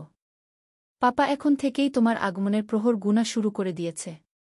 তোমাকে ওয়েলকাম জানানোর জন্য পাপা পুরো হৃদয়টা প্রস্তুত করে রেখেছি। তুমি আসলেই আমাদের পৃথিবীটা সম্পূর্ণ হবে গ। প্রত্যাশা হেসে ফেল। নীরব ছোট ছোট চুমুতে ভরিয়ে দিল। শেষে একটা গভীর চুমু একে দুষ্টু আদুরে ভঙ্গিতে বলল, তুমি আমার অস্তিত্বের ধারাবাহিকতা। হেই লিটল হার্টবিট, শোনো, পাপার ভিতরে কিন্তু অজস্র এক্সাইটমেন্ট অলরেডি জমতে শুরু করেছে। তাড়াতাড়ি এসো। পাপা তোমাকে দুনিয়ার সব চুমু, সব ভালোবাসা দিতে প্রস্তুত গ। বিছানায় শুয়ে নীলাশা। দুচোখের পাতায় ঘুম নামছে না। হঠাৎ বলে উঠল, নিভান আম্মু বাড়ি যাওয়ার কথা বলছিল। আমি বরং কিছুদিন বাড়ি গিয়ে থাকি। নীলাশার মনের অবস্থা নিভান বুঝতে পারছে। গত কয়েকদিনের তুলনায় আজ যেন আরও বেশি ভেঙে পড়া, ক্লান্ত, বিমর্ষ লাগছে নীলাশাকে। অবশ্য লাগাটা অস্বাভাবিকও নয়। এই কষ্ট নিভানও জানে, এই অনুভূতির সাথে তারও পরিচয় আছে। অফিসে বসে সহকর্মীদের বাচ্চা নিয়ে হাসাহাসি, খুনসুটি শুনতে শুনতে তার বুকের ভেতরটা হাহাকার করে উঠে। ওরা ফোনে বাচ্চাদের খবর নেয়, অফিস শেষে ছুটে বাড়ি ফেরে। এইসব তো নিভানেরও চাওয়া ছিল একসময়। কিন্তু নিয়তি নিষ্ঠুর হাতে সে স্বপ্ন ভেঙে গেছে। প্রত্যাশাকে সামনে দেখলে নীলাশার কষ্ট আরও বাড়বে, ভেতর থেকে ভেঙে পড়ার সম্ভাবনা প্রবল। তাই নিভান মনে মনে বদলি হওয়ার সিদ্ধান্ত নেয়া। নিভান নিম্ন স্বরে বলল, অফিস থেকে যে কোনো সময় আমাকে বদলির নির্দেশ আসতে পারে। একবার নির্দেশ এলে বাসা দেখে তোমাকে নিয়ে যাব। কিন্তু প্লিজ, আর মন খারাপ করে থেকো না। তুমি যদি সবসময় এমন মুখ করে থাকো, বলো তো সেটা আমার ভালো লাগে নাকি? সত্যি বলো, ভালো লাগে? নিভানের বুকের উপর মাথাটা রেখে নীলাশা উদাস গলায় বলল, প্রত্যাশাটা কত লাকি। আর আমি? মনে মনে তাচ্ছিল্য হেসে অবচেতনেই বলে নীলাশা, সারা জীবন এর জন্য প্রত্যাশার থেকে পিছিয়ে গেলাম। হেরে গেলাম আমি। আমার মনে হয় প্রত্যাশাকে সবসময় হেয় করা, ওকে তুচ্ছতাচ্ছিল্য করার জন্যই প্রকৃতি থেকে গুস্তি পাচ্ছি গু। ৩-৪ দিন পর। প্রত্যাশা ২ দিনের জায়গায় ৩ দিন আছে ও বাড়ি। নীরব সকালে ফোন দিয়ে বলে আজকে ব্যস্ত থাকবে। অফিস থেকে ফিরতে ফিরতে রাত হয়ে যাবে। তাই প্রত্যাশাকে আনতে যেতে পারবে না। শুনে তো প্রত্যাশা খুব খুশি হয়। যাকগে, সে আরও একটা দিন বেশি থাকতে পারবে। ন্যানো সেকেন্ডের মধ্যেই প্রত্যাশার সে খুশি উবে যায়। নীরবের পরবর্তী কথা থাকে, বাবা দুপুরে যাবে। বাবার সাথে চলে আসবে। লোকটা আচ্ছা খারাপ লোক। বাড়তি একদিনও তার সহ্য হচ্ছে না। প্রত্যাশা না করে কাটকাট গলায় বলে, আপনি আসলে তবেই যাব। বাবাকে বলুন এমনি ঘুরে যেতে। আমি আজ থাকব। যেতে টেতে পারব না। নীরব ভনিতা ছাড়া সোজাসুজি বলে, চলে আসবে। প্রত্যাশা গাল ফুলিয়ে থাকে। আম্মু বুঝিয়ে বলে, তারপর সে আসে। এসেই রুমটা অগোছালো পায়। সোফায় নীরবে টি-শার্ট, শার্ট প্যান্ট পরে আছে। বিছানার চাদর ঘুচানো। বেডশিট তুলে কাঁচা বেডশিট টানটান করে পারল, পিলো কাভার ভরল। শার্ট প্যান্ট গুছিয়ে পরপর বেডশিট ওয়াশিং মেশিনে দিয়ে আসে। ড্রেসিং টেবিলের সামনে পারফিউমগুলো গুছিয়ে সবকিছু ঠিকঠাক করে রাখল। অবশেষে ফ্রেশ হয়ে বিছানার হেডবোর্ডে হেলান দিয়ে শো। আম্মু কয়েক রকমের আচার দিয়ে দিয়েছে। আচারের বয়ামটা পাশে রেখে খেতে খেতে ফোনটা হাতে নিয়ে নীরবের নম্বরে ভিডিও কল দেয়া। বুয়ের ভিডিও কল দেখেই হাতের ফাইল দূরে ঠেলে কল তুল নীরব। প্রত্যাশার হাতে আমের মোরব্বা একটু মুখে নিতেই ফোনের স্ক্রিনে নীরবের ছবি ভেসে উঠল। প্রত্যাশা মিষ্টি হেসে লম্বা করে সালাম দিল। আসসালামুজালাইকুম এসপি সাহেব। খুব ব্যস্ত আছেন? ওয়ালাইকুমুস সালাম মাই মিসেস। উহু, এতক্ষণ ব্যস্ত ছিলাম। এখন সব ব্যস্ততা একদিকে আর বউ আরেকদিকে। আমি আবার বউয়ের দিকেই গু। প্রত্যাশা হেসে ফেল। বলল, লাঞ্চ করেছেন? হুগ। তো বেবির পাপা ফিরছেন কখন? বেবির মাম্মা কি আমাকে মিস করছেন? না হু। নীরব কণ্ঠে আফসোস মিশিয়ে ফাজলামো করে বলল, ভেরি ব্যাড উ। প্রত্যাশা ঠোঁট প্রসারিত করে হাসল। নীর জিজ্ঞাসা করল, কখন এসেছ? 3টার দিকে গু। বাসায় ফেরার সময় তোমার জন্য কি আনব? আইসক্রিম বাদে অন্য কিছু বলবে কিন্তু গু। প্রত্যাশা ঠোঁট উল্টে ফেল। লাগবে না কিছু গু। আচ্ছা যাও, বলতে হবে না। তোমার ফেভারিট রসমালাই হলে চলবে। আরও কিছুক্ষণ কথাবার্তা শেষে কল কাটে। সন্ধ্যার নাস্তা বানাচ্ছে নীলাশা। প্রত্যাশা কিচেনের দিকে আসতেই নিহারিকা দেখে বারণ করলেন। কিচেন থেকেই সেই কথা নীলাশার কানে গেল। এসব কিছু নীলাশার কাছে আদিক্ষেতা মনে হচ্ছে। প্রত্যাশা আপুকে সাহায্য করবে বলে আসল। প্রত্যাশা আসতেই নীলাশা বলল, মা বারণ করল, আবার আসতে গেলি কেন? যা রুমে গিয়ে শুয়ে থাক। তোরই তো কপালগো। প্রত্যাশা গায়ে না মেখে বলল, আপু দাও, আমি পেঁয়াজ কুচি করে দিই। তোমার ঝাঁজ লাগছে দেখছি উ। পেঁয়াজ কুচি করতে গিয়ে নীলাশার চোখ দিয়ে পানি বের হচ্ছে। হাতের উল্টোপাশ দিয়ে মুছে নিয়ে তাচ্ছিল্য হেসে বলল, তোকে কাজ করতে দিয়েছি দেখলে বাড়ির সবাই আমাকেই কথা শোনাবে গু। কথাটা বলতে বলতে নীলাশা শব্দ করে ওঠে। ছুরিতে আঙুল কে চিটে যায়। মুহূর্তেই রক্ত বেরোতে থাকে। প্রত্যাশা আর্তনাদ করে ওঠে, ইয়া আল্লাহ, হাত কে ছুটে নিলে তো। দাঁড়াও, আমি ফার্স্ট এইড বক্স আনছি গু। এই বলে দ্রুত রুমে যায় প্রত্যাশা। ফার্স্ট এইড বক্স হাতে হন্তদন্ত পায়ে কিচেনে ঢুকতে গিয়ে ফ্লোর ভেজা ছিল, স্লিপ খায়। অল্পের চেয়ে পড়তে পড়তে দেয়াল ধরে নিজেকে সামলে নেয়। নিহারিকাও মাত্রই এসেছেন। এই দেখে অসন্তুষ্ট চাহানিতে চেয়ে হইচই করে উঠলেন। ইয়া মাবুদ, এখনই তো যাচ্ছিলে পরে। এই সময় এত দৌড়াদৌড়ি কেউ করে? তোমাকে নিয়ে আর এমনি এমনি তো টেনশন হয় না। কোনোদিন কি অঘটন ঘটিয়ে বসো আল্লাহ জানে কি। প্রত্যাশা বুকে হাত দিয়ে দম ফেলে বলল, কিছু হয়নি মা, ঠিক আছি আমি। নীলাশা আঙুল ধরে দাঁড়িয়ে। অনেকটাই কে চিটেছে। নিহারিকা তাকে বলে উঠলেন। আর নীলাশা, তোমাকে বলি কিভাবে কাজ করো? একটু কাজ করতে এসেই অকাম করে বসে থাকো, আরও ঝামেলার সৃষ্টি করোক। শাশুড়ির কথা শুনে সমস্ত রাগক্ষোভ গিয়ে প্রত্যাশার উপর বর্তায়। এখন মনে হচ্ছে প্রীতি ঠিকই বলেছে, সবার চোখের মনি প্রত্যাশাই হবে। বাচ্চা হয়নি, হবে তাই এই অবস্থা। বাচ্চা হলে তো মনে হয় তাকে কেউ দেখতেও পারবে না। প্রত্যাশা এক টুকরো তুলোতে অ্যান্টিসেপটিক লাগিয়ে নীলাশার আঙুল ধরতেই সে এক ঝটকায় হাত সরিয়ে নিল। রুক্ষ স্বরে বলল, সর, তুই নাটক করিস না। তোর নাটক আমার সহ্য হচ্ছে না। তোর এই ভালো মানুষী স্বভাব অন্যদের দেখাস, আমাকে নয় গে। প্রত্যাশা হতভম্ব হয়ে তাকিয়ে রইল। নিহারিকা বিরক্ত গলায় বলেন, নীলাশা, এটা কি ধরনের আচরণ? ছোট বোনের সাথে কেউ এভাবে কথা বলে? শুধু আজ নয়, এর আগেও আমি লক্ষ্য করেছি। আমার নজর এড়ায়নি। তুমি প্রত্যাশার সাথে শুধু শুধু কেমন রুট আচরণ করো। আমি আর ছোট যা, কখনো দেখছো এভাবে কথা বলতে? বাড়িতে সবার আচরণ কেমন সেটা দেখেও তো শিখতে পারো। তোমার জন্যই এখন একটা দুর্ঘটনা ঘটতে যাচ্ছিল। আল্লাহ বাঁচিয়েছেন, তারপরেও তুমি ছিহ। নিজের ছোট বোনের সাথে কেউ কখনো এরকম বিহেভ করে?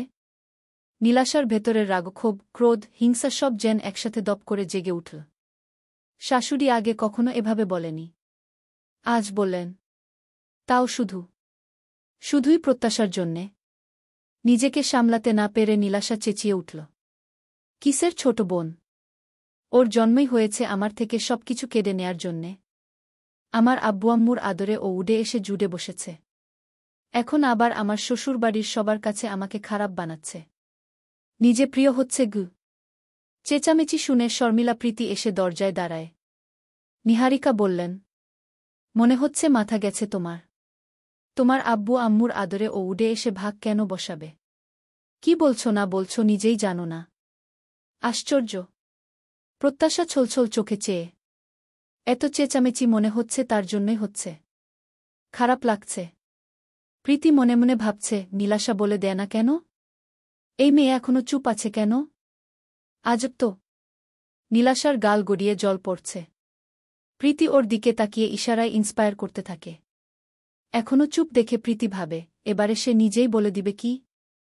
প্রীতির তো আবার পিছুটান নেই। যার কিছুই নেই তার তো হারানোর ভয় নেই। এমনিও এ বাড়ির লোক তাকে তেমন পছন্দ করে না। যা ভাবার ভাবুক গে।